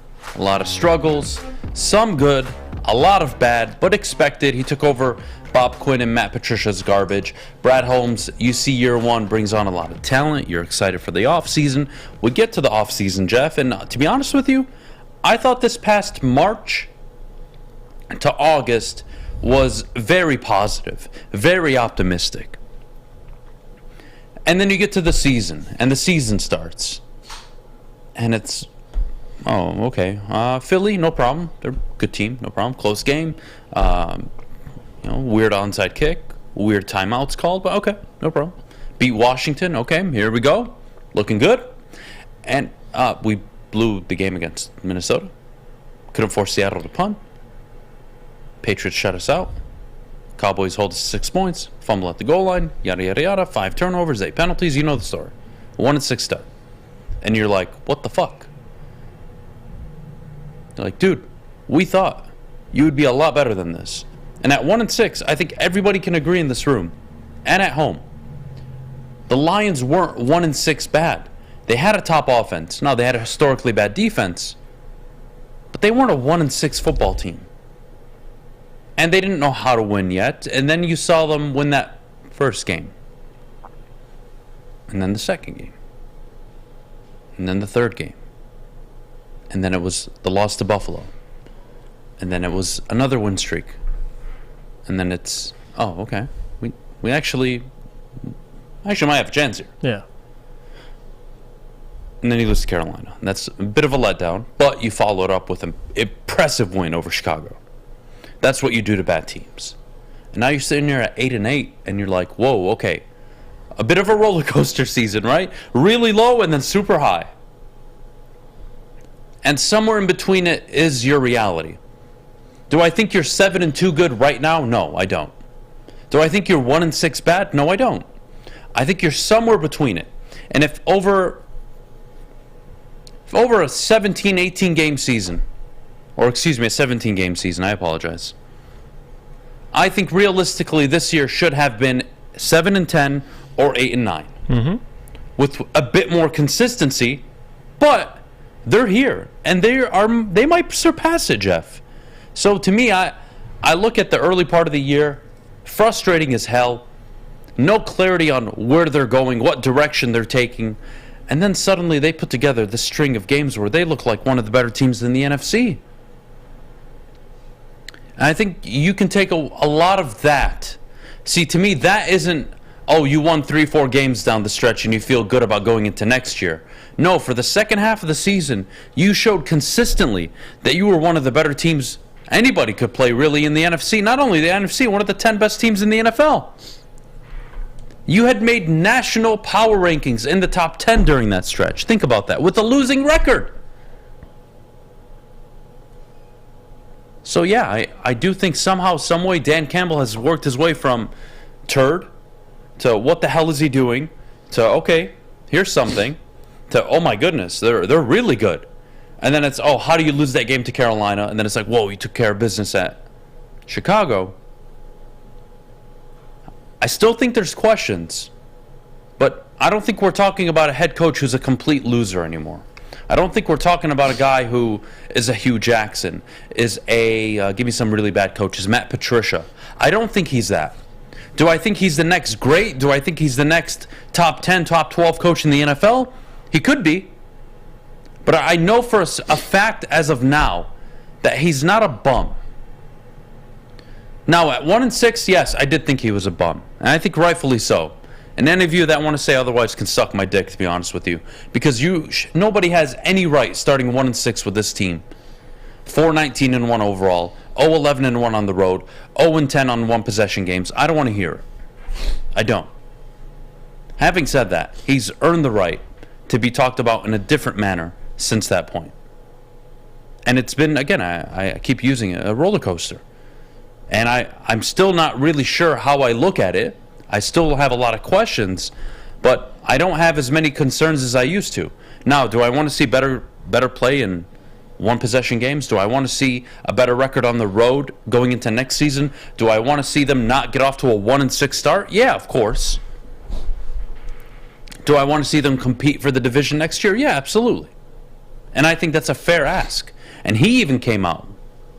But again, how do I take your word seriously if at 1-6, you know, the conversation was, be patient, we're doing everything the right way, but suddenly now that you've won, oh yeah, this was always about year 3. It's a lot easier to say that when things are going well than when they're going bad. Right. But you know what, to their credit, they stayed the course, they believed, they've done a good job, and I really have no issues with the season now. I have questions, but you can't doubt, or excuse me, you can't take away from what he's done, Jeff. Yeah. I think he's done a hell of a turnaround this year. And now that you're at this point and you're 8-8, it's much easier to see the progression, to see the process, right? Last year, you're 3-13-1. You didn't win a road game the entire season. There was tons of blowouts. You had to fire your offensive coordinator early in the year. There's a lot of things being changed within that organization. And now, a lot of holes to fill. You approach the draft, and now we're in this season. You're 1-6. Now, that's where the doubt starts to creep in. Like, okay, you still haven't won a road game. The team obviously wasn't 100% healthy. The team is still very young. There's a process. These guys had to learn how to win. All of that. I understand that. At the time, nobody, at least most people, refused to believe that. I think it's hard to buy in or show your faith in a regime that just hasn't proven, number one, they can win a road game, but number two, they're bad in one-possession games. And even for a young team, it was just nothing you could grab onto and hold on to. Now, since then, 7-2, the streak they've been on, the teams they've beat, and honestly, on the road as well. They're 3-4 this year on the road. On top of that, how many disgusting losses do they have this year? You could probably say 2. The Dallas one you could add in there, but that game was 13-10 I think there's late 4 in the or fourth quarter. 5, given not that they were blowouts, given the decisions that were made, but And that's blowouts, fine. you're fair. I think there's only 1 or 2. New England, and I'd say Carolina. Yep. Last year there was probably 5 or 6. So this roster is getting better. Players are getting better. They're getting better situationally, and that comes with experience, obviously. Jared Goff, Ben Johnson being more comfortable, the defense, adding more talent. So now you're seeing a viable product. You're seeing something that you can buy into. And I think now Lions fans right now, there's not too many people that'll tell you that they don't have faith in Dan Campbell moving forward. He's proven that this year. Now, and I've said this, and I'm going to be consistent with this, the biggest thing for me is next year. How do you start? You can't start 2-4. You can't start 3-6. You got to start above 500. If you want to get off to, or at least have a season like you expect to contend for the division, there is no way in hell you're going to start 2-5, 3-6, whatever it may be, and have to claw out of that again. It can't happen. So that's the last thing the Lions need to check off is how they start the season. Because even though the season are 8-8, I picked them to be 8-9. I didn't think it'd be like this. I think it'd be more win, you lose, you win, you lose, back and forth. I didn't think 1-6, and now looking like one of the better teams in the NFC. But hey, not everything goes as perfect as expected. So the fact of the matter is they're here. They've taken that step. Players are getting better. They're the most healthiest they've been. And on top of that, coaching's getting better, which I don't think gets talked about enough because it's always player development, player development, player development. What about coaching? What about coaching being developed? Dan Campbell, from week 1 this year to now, how much more confident do you have in him, at least late in games? I haven't seen the mistakes. You could probably point out Buffalo if it would be an issue, but Minnesota even happened then, again. Look, Minnesota, your question, but not as many as there were. Of course, like any coach in the NFL. Every coach makes mistakes. Absolutely. So we need to also put that in a perspective. Having said that, you are not afforded the luxury of making mistakes when you're losing all the time. Now, if you're a 12-5, 11-6 football team, and you cost your team 2 games that year, I don't think anybody is truly upset. Now, if it happens in the playoffs, if it happens in the final game of the year and the division's on the line, or you have a chance to clinch the division and you cost yourself the game, I think that is what people are fearful of. I still think he needs to improve as a game manager, as a head coach. But again, he's gotten his team to turn it around from when they were at rock bottom to where they are now. Right. I think that says something. Does that mean it's 10, 11, 12 wins next year and consistent success for the next 3, 4, 5 years? I don't know. But what I do know for certain is that Brad Holmes is going to make sure whoever the coach is of this team, and it is Dan Campbell for now in the foreseeable future, he's going to have talent. He's going to have players around him that he can get the best out of. So there is no doubting whether or not this team is talented. And let's date back to the early part of the season. I was told that Brad Holmes was to blame for the slow start, because he didn't do enough in free agency, and he didn't do enough in the draft. Now what? Oh, suddenly the coaches are doing a better job. They're not throwing away games. You're winning games, and now all of a sudden you're feeling good about the GM. Oh, what a shocker. Now they have talent. Right. And the things that you would expect, like early in the year, Chicago, or I guess it was middle of the year, what Justin Fields did to this Lions defense, right? And he did it in the first quarter again. But you're seeing the adjustments. Take out Carolina because that was a complete and atrocious result. Still, the things that you expect these players to learn or get better at or continue to develop, these players are doing that. I mean, to watch Aidan last week and to see him rush Justin Fields and at least look completely different than what he did early in the year against the Bears, looked a lot more in control, looked like he was reading the situation a lot more. Things are slowing down for him. That's a positive. And that's a credit to the coaching staff as well, as much as it is the player, because this coaching staff is developing players, right? And you talk about Brad Holmes. Yes, he will continue to provide talent, but you got to have a good coaching staff that can develop talent and put them in the best situation to succeed. And these guys have done that so far. I know we can nitpick and say, well, Jameson Williams, you'd like to see more of him. I mean, both sides. AG, I mean, he's been doing a good job, I think, for the most part. I know you could probably criticize certain performances like Carolina, but the way this team responds after a performance like that, I think says a lot. I think because, again, people saying SOL this, SOL that after the previous week result against Carolina. Wait till you see how this team responds and look at them. 41-10 to the Bears. They looked absolute dominant. I get it's the Bears and they're a bad football team, but still, that's a game that could have got out of hand. So credit to this team, credit to the coaching staff. I think they did a fantastic job with developing these players, and just the fact that they're able to respond is been the biggest thing for me. All right, look, I want to get to the defense coming up in a minute, and then I want to get to Brad Holmes at 9:31. So we'll take a quick break. When we get back, building the defense, what should the Lions do at the secondary position, most notably Jeff Okudah? I want to have that conversation coming up, but before we go, Jeff, our good friends over at Big Boy. Let me tell you about them. Winter time in Detroit is always better with comfort foods from Big Boy. You can try the classic meatloaf or Cajun chicken Alfredo, but how about breakfast as well? The stuffed potato pancakes are back. Stop by your local Big Boy today. Love Woodward Sports? Love wearing clothes? Then you should be wearing Woodward Sports clothes. Check out our full line of merch at woodwardsports.com. Just click on Shop. We have all your favorite designs, like Dan Campbell kneecaps, Beverly Hills Golf, Woodward Golf, and of course, our own logoed out merchandise. Men, women, infants, kids all love Woodward Sports. Impress your friends. Impress your boss. Impress your dog. Buy Woodward Sports merch today. When it comes to making your haircut truly an experience, there's no better place than Lady Jane's Haircuts for Men. Come to any one of our 26 Metro Detroit locations for an award-winning haircut experience and qualify for a chance to win a down payment for your dream home up to $200,000. Our precision haircut and talented stylists will have you looking good, feeling good, and give you a chance to change your life forever. Lady Jane's Haircuts for Men, open 7 days a week. Walk in anytime.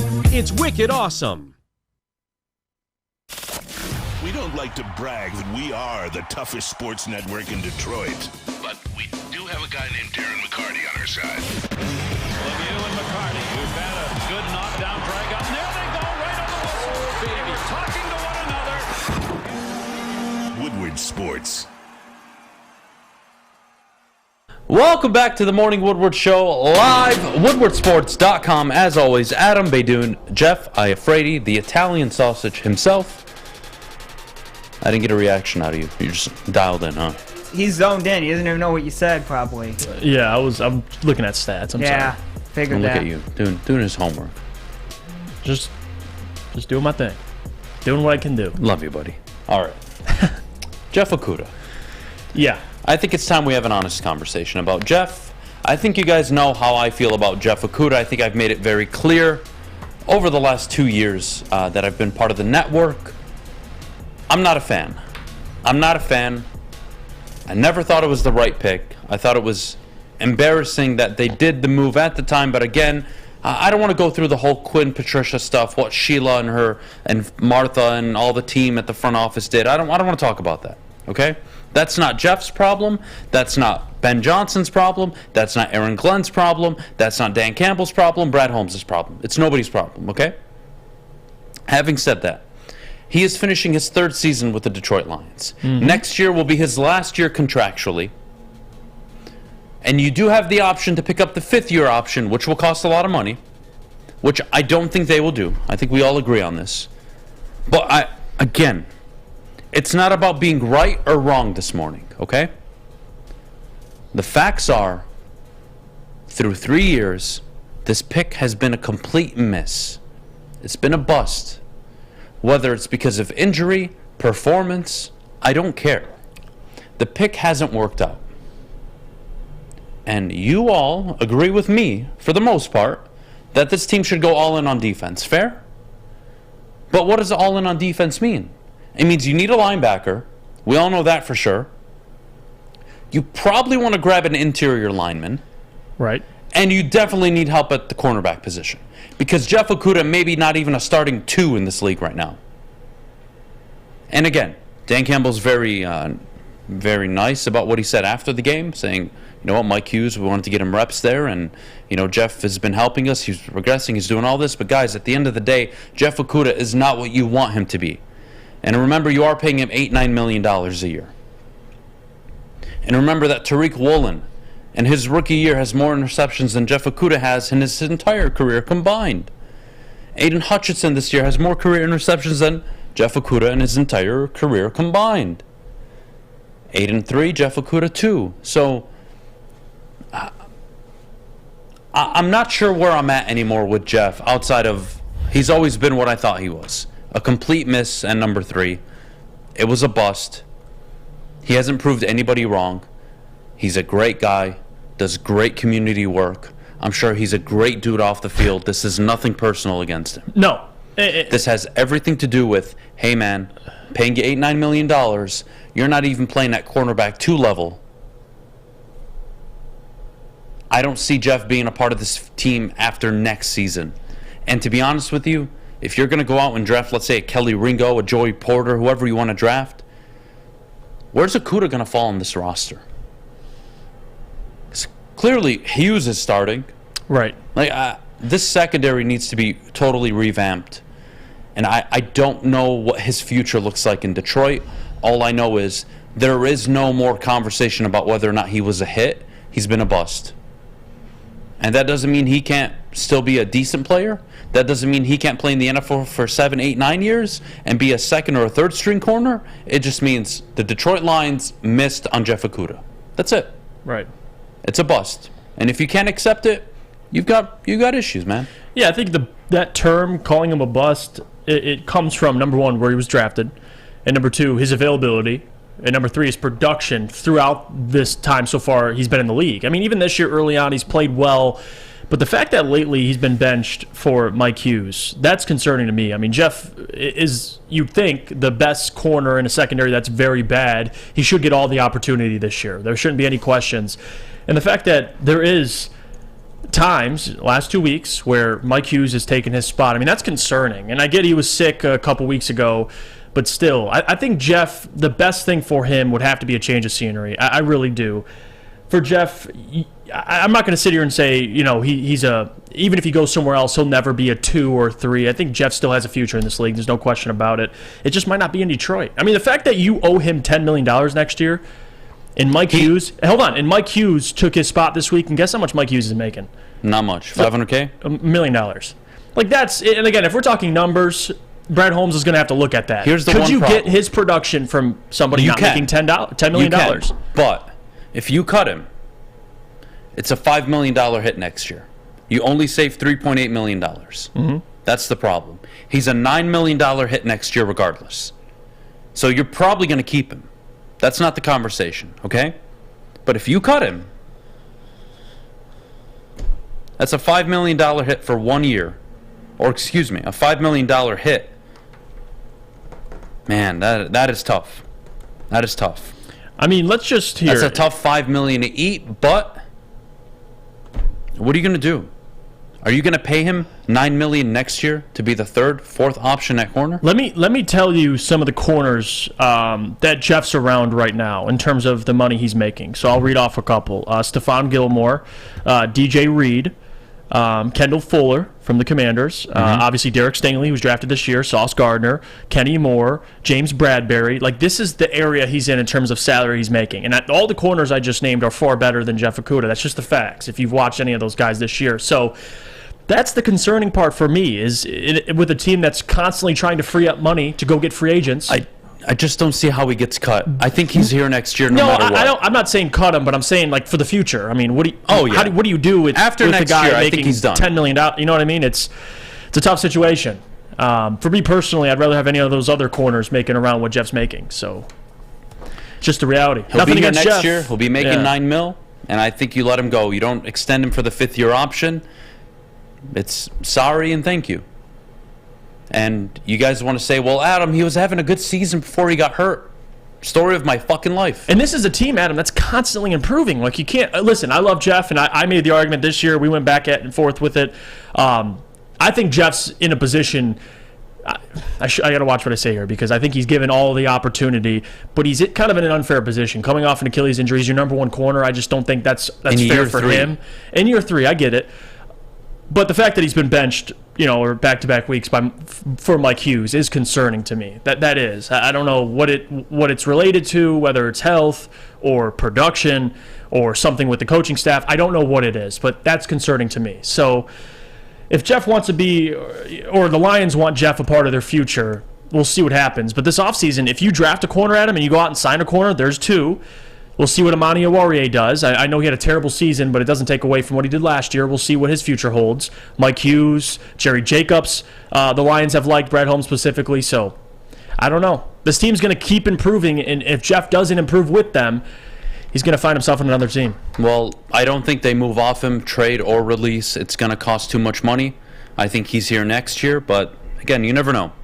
You never know. And even if he comes out and balls out next year, he's still a bust. You know why? Because you got nothing out of him for his first 3 years, and you paid him $9 million a year. Mm-hmm. The pick has missed. It's done.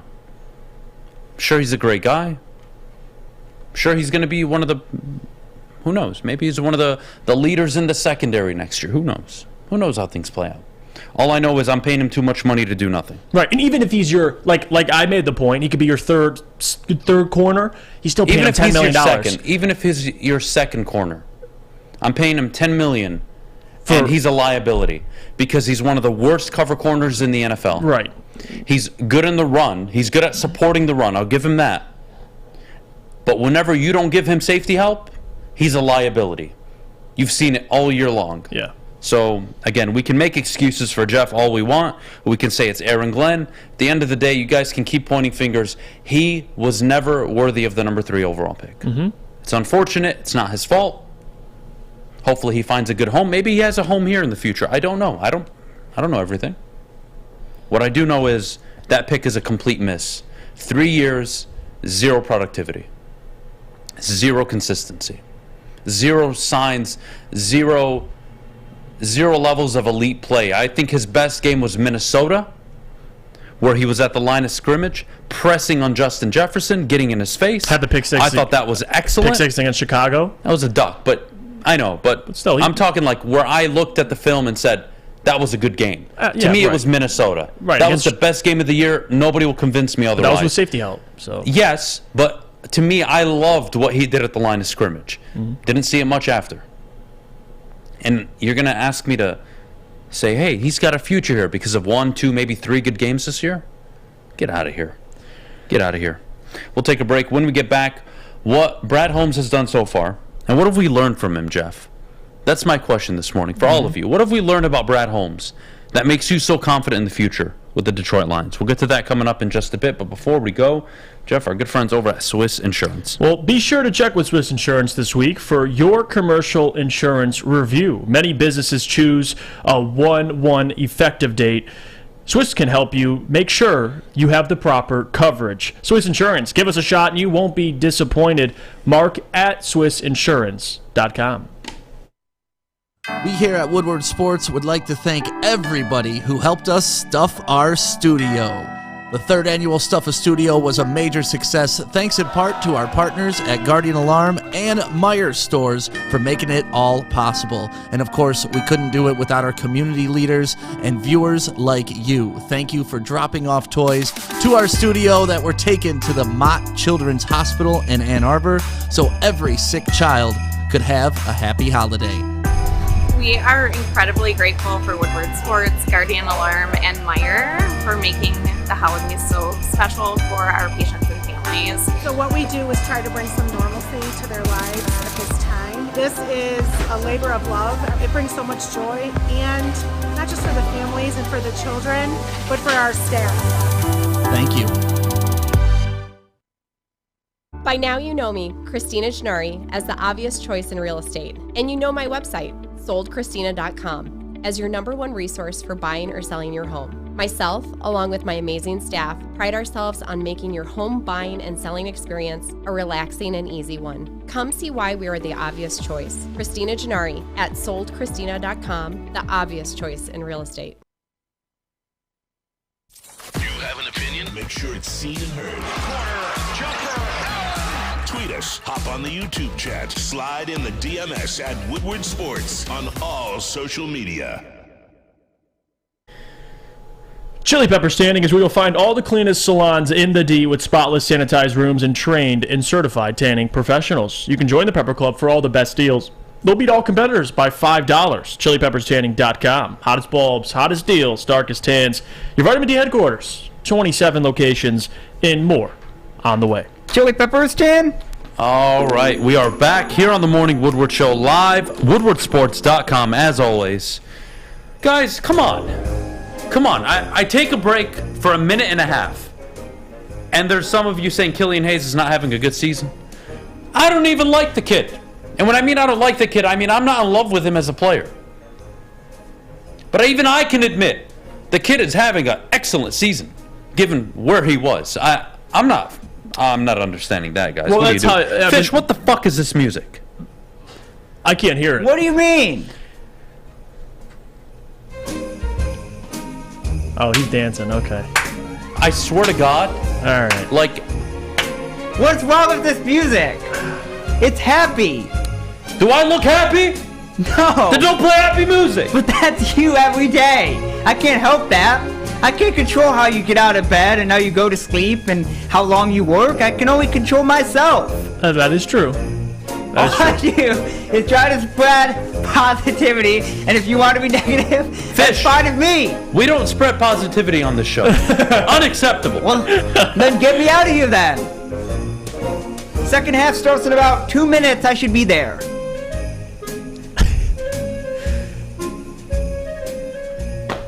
I'm telling you, man. Fucking playing SpongeBob music here on the goddamn show. It's Unbelievable. not SpongeBob. I don't know what it is. It's like a Christmassy, cartoony and mixture. Whatever I find, I click. Fish, I would never give you the aux in a car. I just won't.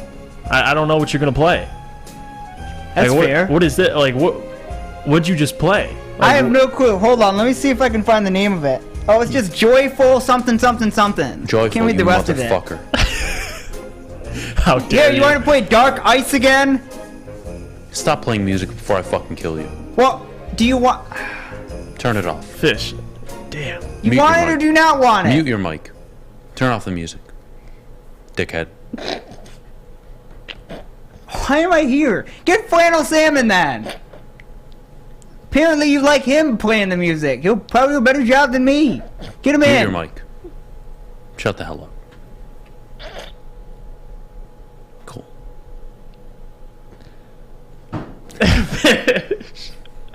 I'm about to hit the backpack, not the door. You even apologize after It- it. it- it- Fish is a misfire. gem, man. Oh, God. All right. How do you not? Jeff, what have you learned the most since Brad Holmes? Or what have you learned most of Brad Holmes since he's been the Detroit Lions general manager? Well, this is easy. I learned what a competent general manager looks like. Must be nice, huh? It's great.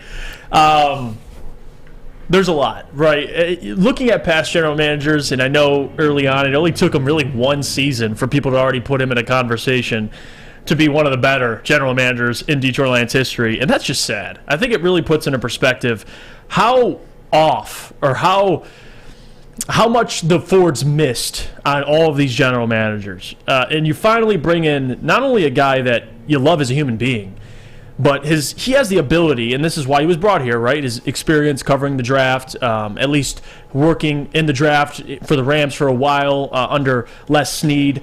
And you're seeing that stuff come to life. So his ability to identify talent, I mean, you're checking that box. The next thing, and I'm curious to see, free agency. Like actually going out and getting big fish when you have money available. Or trades, whatever the case may be. I know he made the trade for Trinity Benson. I'm going to continue to bring that up.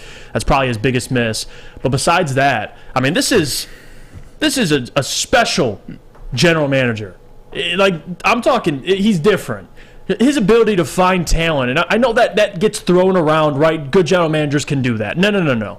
Brett Holmes has found talent.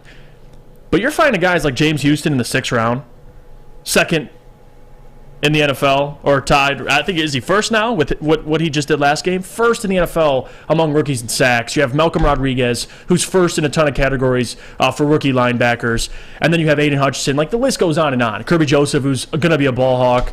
Brad Holmes has shown he could find talent, and that's the biggest thing for the Lions. And that's really been the biggest knock in history, is missing the obvious pick or completely whiffing on second and third and fourth and fifth and sixth late round picks, which Brad does actually his expertise, finding talent late in the draft. So Brad, to me, is my last concern. He was never a concern the last 2 seasons. It was always coaching, right? And now Dan's checked that box for me. So again, you're getting more and more confident with this regime. But for Brad Holmes, for me, and what he's shown me as a Lions fan and someone who talks about this team for a living, this is what a competent general manager looks like.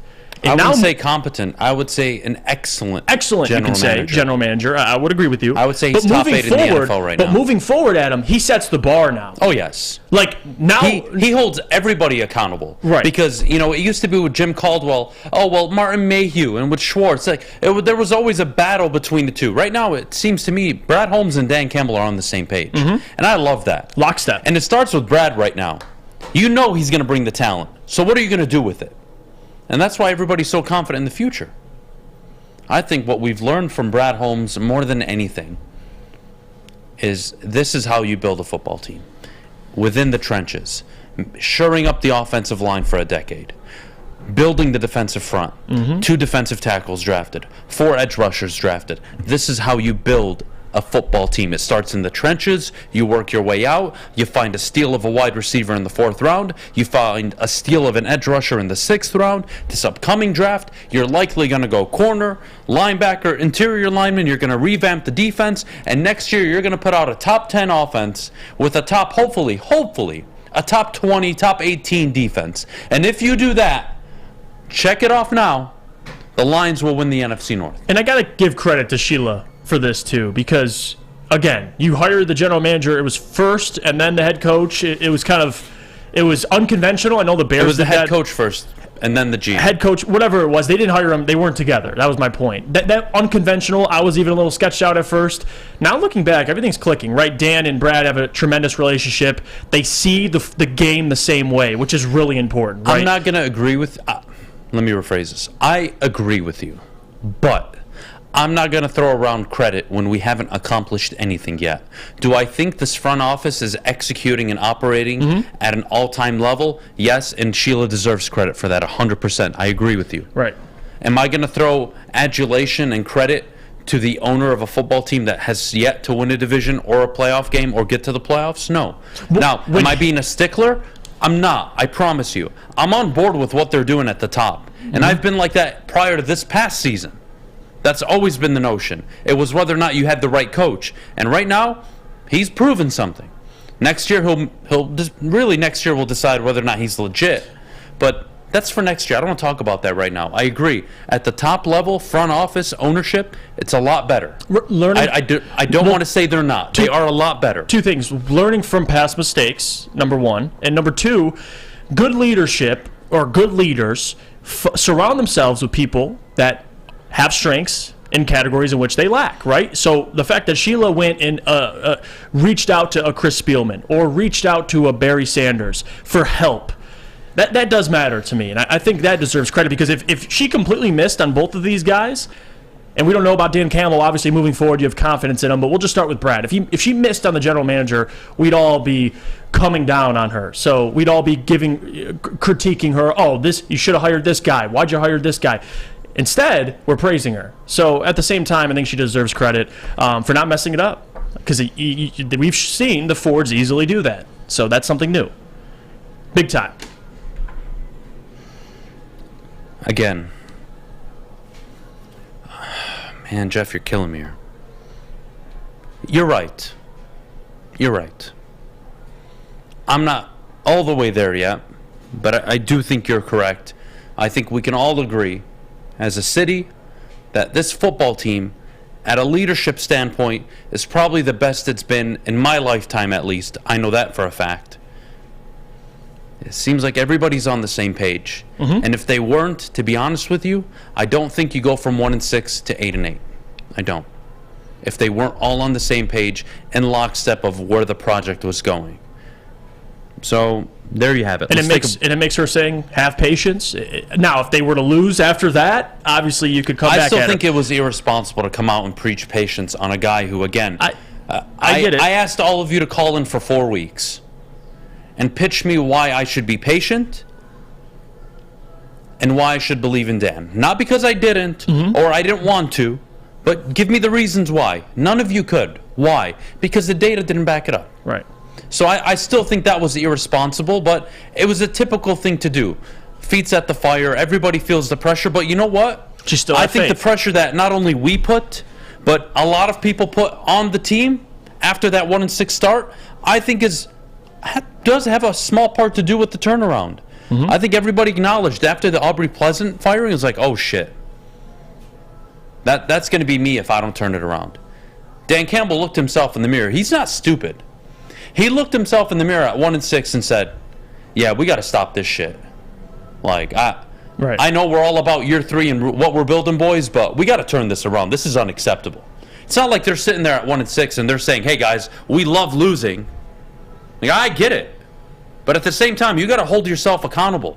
You don't get to be 1-6 and not take any criticism, but then go 7-2 down the stretch and only accept the praise. That's how it works.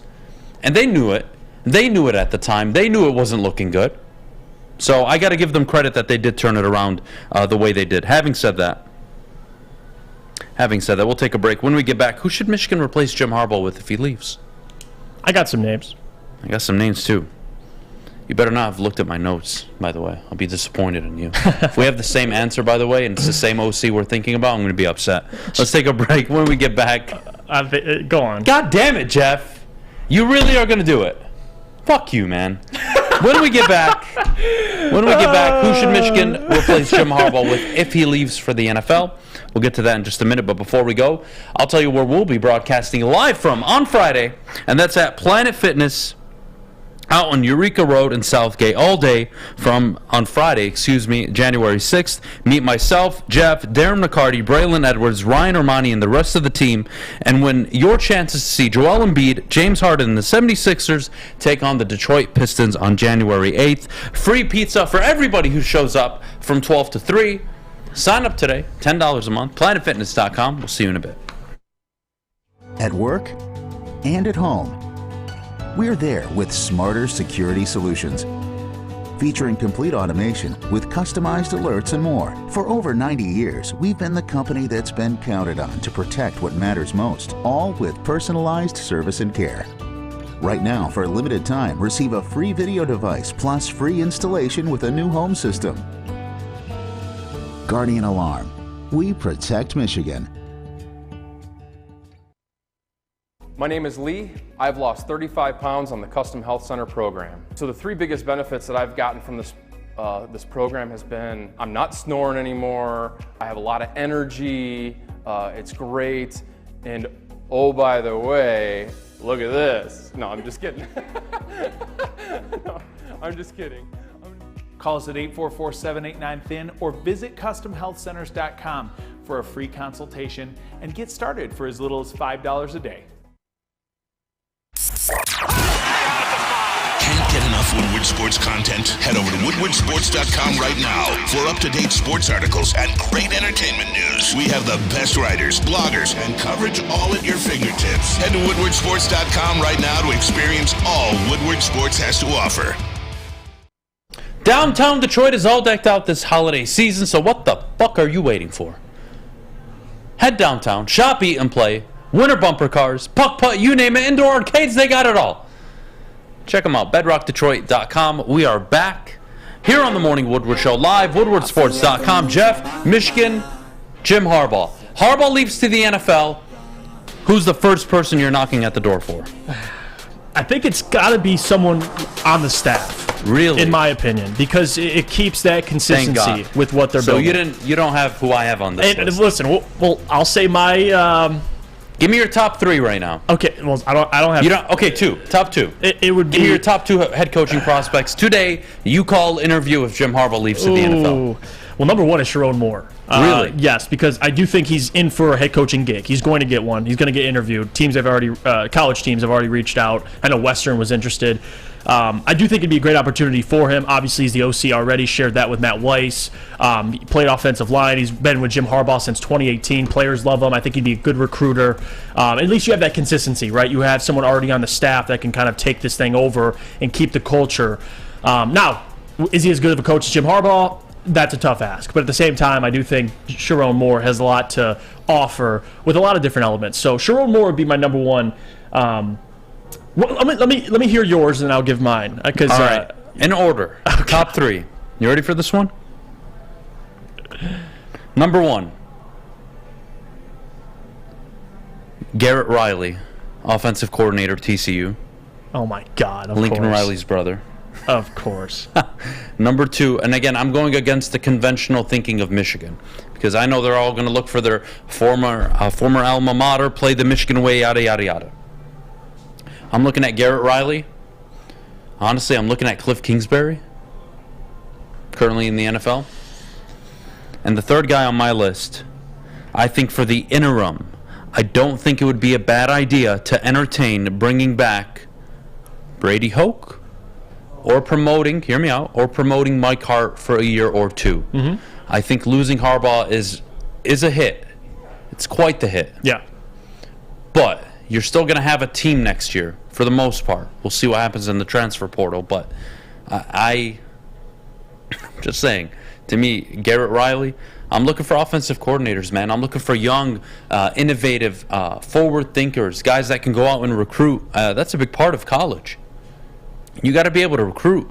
So you got to find somebody that's inspiring, somebody that can motivate, can convince an 18, 17-year-old, this is why you should come to Michigan. That to me is, the first two options to me are 1 and 2. I'm not a Matt Campbell fan, so I'm not even going to acknowledge that. Brady Hoke, meh. I'm on. Mike Hart, meh. But you know what? If you needed a guy for a year, I don't mind those two. But if you're looking to make a hire that goes against your typical ways, man, those two for me are the 1 and 2. And another thing, too, the thing I struggle with, and I don't know what Michigan would want to do if Jim left, but I said it before. I would hire within. I think that my second candidate, you already named him, is Mike Hart. That would be because this is a guy who was already floated around already last year when Jim was almost on his way out. He returned. Mike Hart would be the second for me because, again, checks off a lot of those boxes you talked about. And I like head coaches that you don't really know the potential of. Like Cliff Kingsbury, in 6 seasons at Texas Tech, has a 35-40 record. I know that's skewed. Obviously, it was Patrick Mahomes was there, but still, you kind of know what Cliff is. I know you want the offensive mind, but is that Michigan? Is that what if I they're gave you looking 3 for? names outside the box? Okay, give me them. What if I told you Chris Peterson, longtime coach on the West Coast? What if I told you Urban Meyer? I mean, yeah. Would Michigan ever consider actually hiring Urban Meyer? And number 2, would he ever take the job? He sucks so much shit, I doubt he ever would. Right? But, like, who would it be? Like, outside the box, big names that are available, right? Those are the 2 that come to my mind. Right. What do you guys think in the chat? Let's see what people say in the chat. Ed Ogeron, oh my goodness, no way. Please, Michigan, do not do that. Please.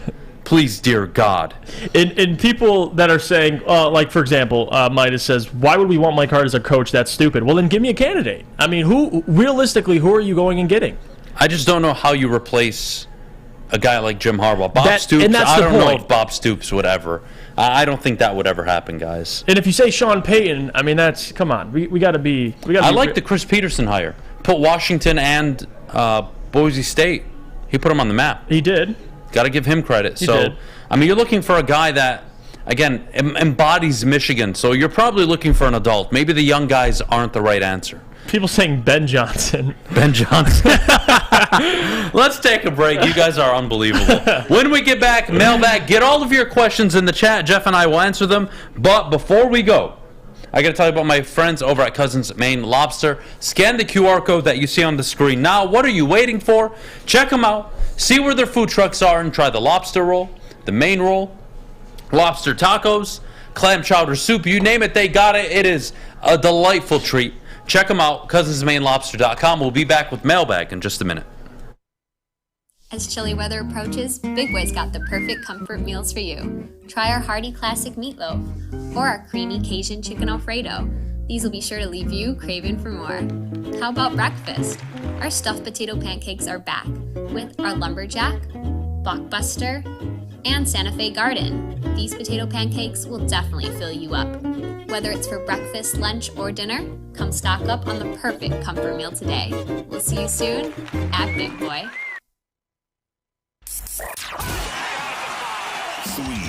championships. Detroit fans were there. 11 Stanley Cups. Detroit fans were there. 4 World Series wins. Detroit fans were there.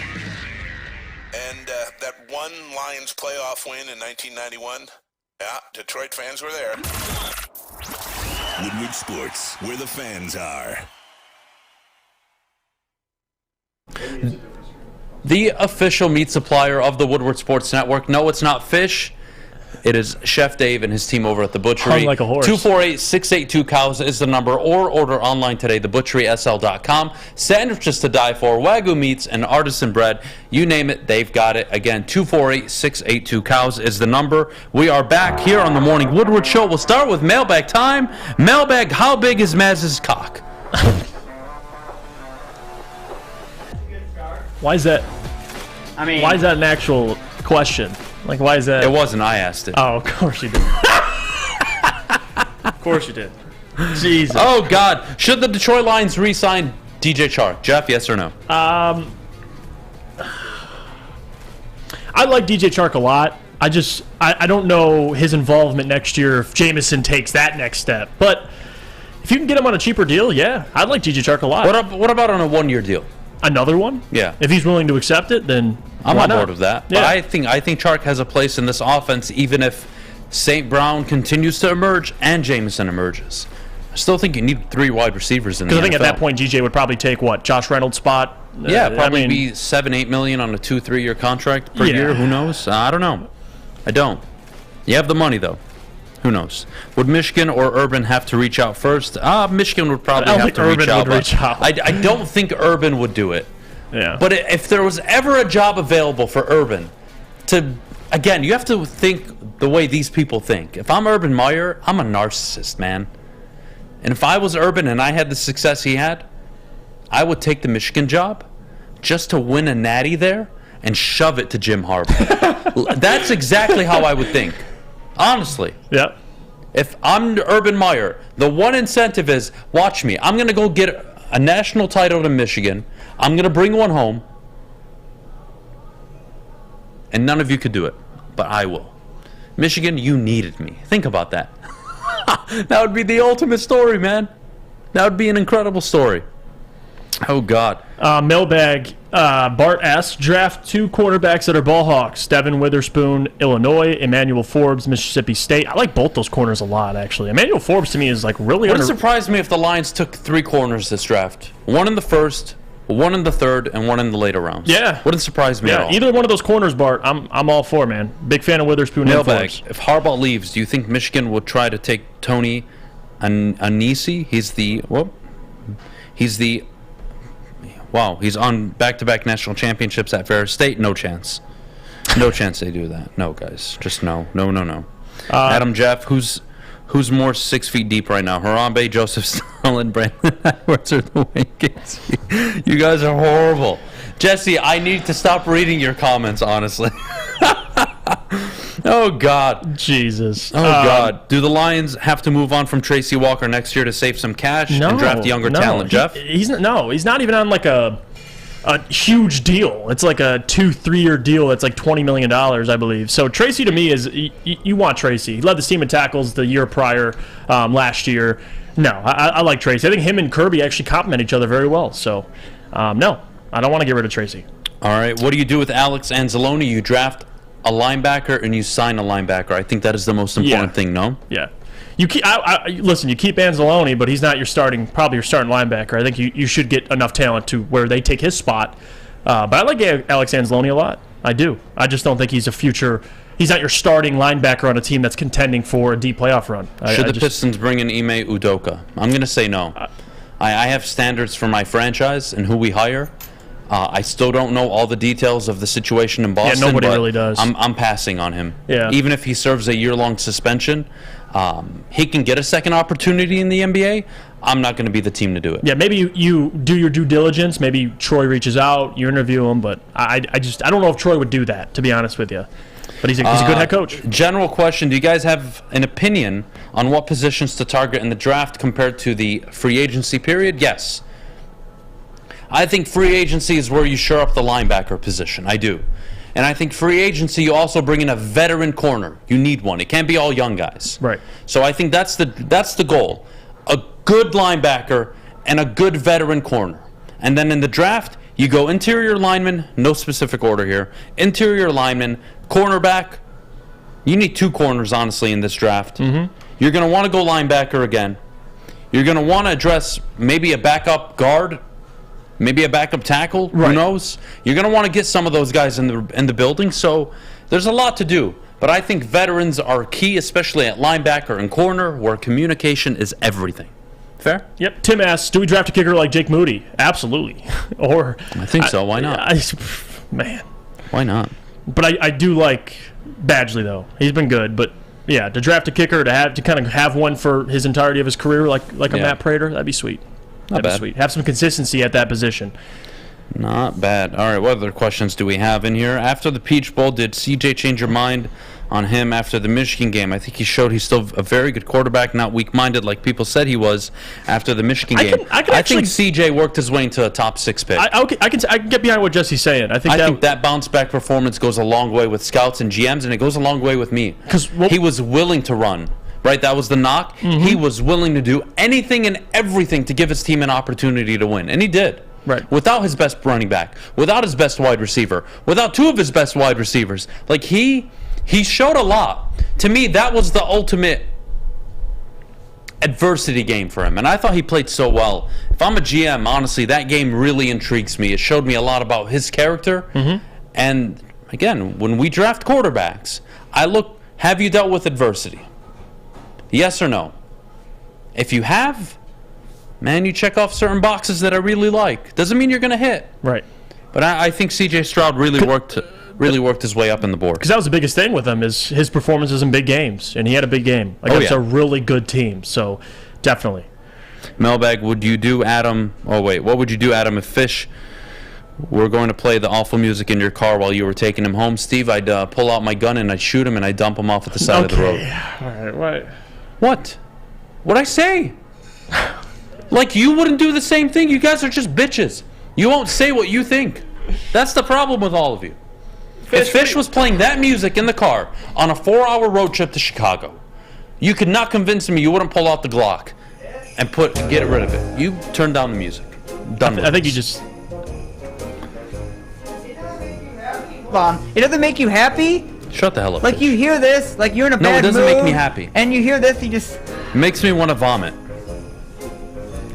Alright, so like you're in an angry mood, you're sad, you're depressed. I'm always angry. Something happened in your life, whether it's your family or you Jester, or whatever, and then you pop this on. Fish, turn off the music before I kill you. Jester says, okay, they might be able to get you for that one, Adam. Who? What, the cops? Yeah, Fuck the police. Oh. Think I care? Okay. Think I give a shit? Abe, suck it. You and your entire police department. What are you guys going to do? It's a threat. Arrest me. Oh. Jeez. Dramatic. People Unbelievable. Unbelievable. You really do need Adam, is there any time you would life. be okay with Fisher-Price jukebox? Wow. See, just listen to this music and you'll instantly be happy again. Never. Adam By the way, about I to get a wouldn't consider ticket. this Christmas this music. man, dude. Oh, God. All right, we're out of here. Thank you, guys. Appreciate it. We'll see you tomorrow, Thursday. Don't miss out, 8 a.m. Going to be a fun show. Yeah. We should have Anthony Broom and Dion on. We'll see. Both pending. Should be a fun show tomorrow. As always, thank you for joining us. Make sure you like the video. Make sure you subscribe to the YouTube channel. And as always, thank you. Jeff and I are out of here. Thank you as always. Fish, go to hell. Screw your music. Alex, enjoy your vacation, Mr. I work 7 days the entire year. So enjoy your 7-day vacation. We're not going to miss you at all. Till tomorrow. Alex, I'll miss you. Till tomorrow. I'll miss you. Goodbye, my friends. Bye. Go watch soccer. How do you not? Big games today. Happy Wednesday.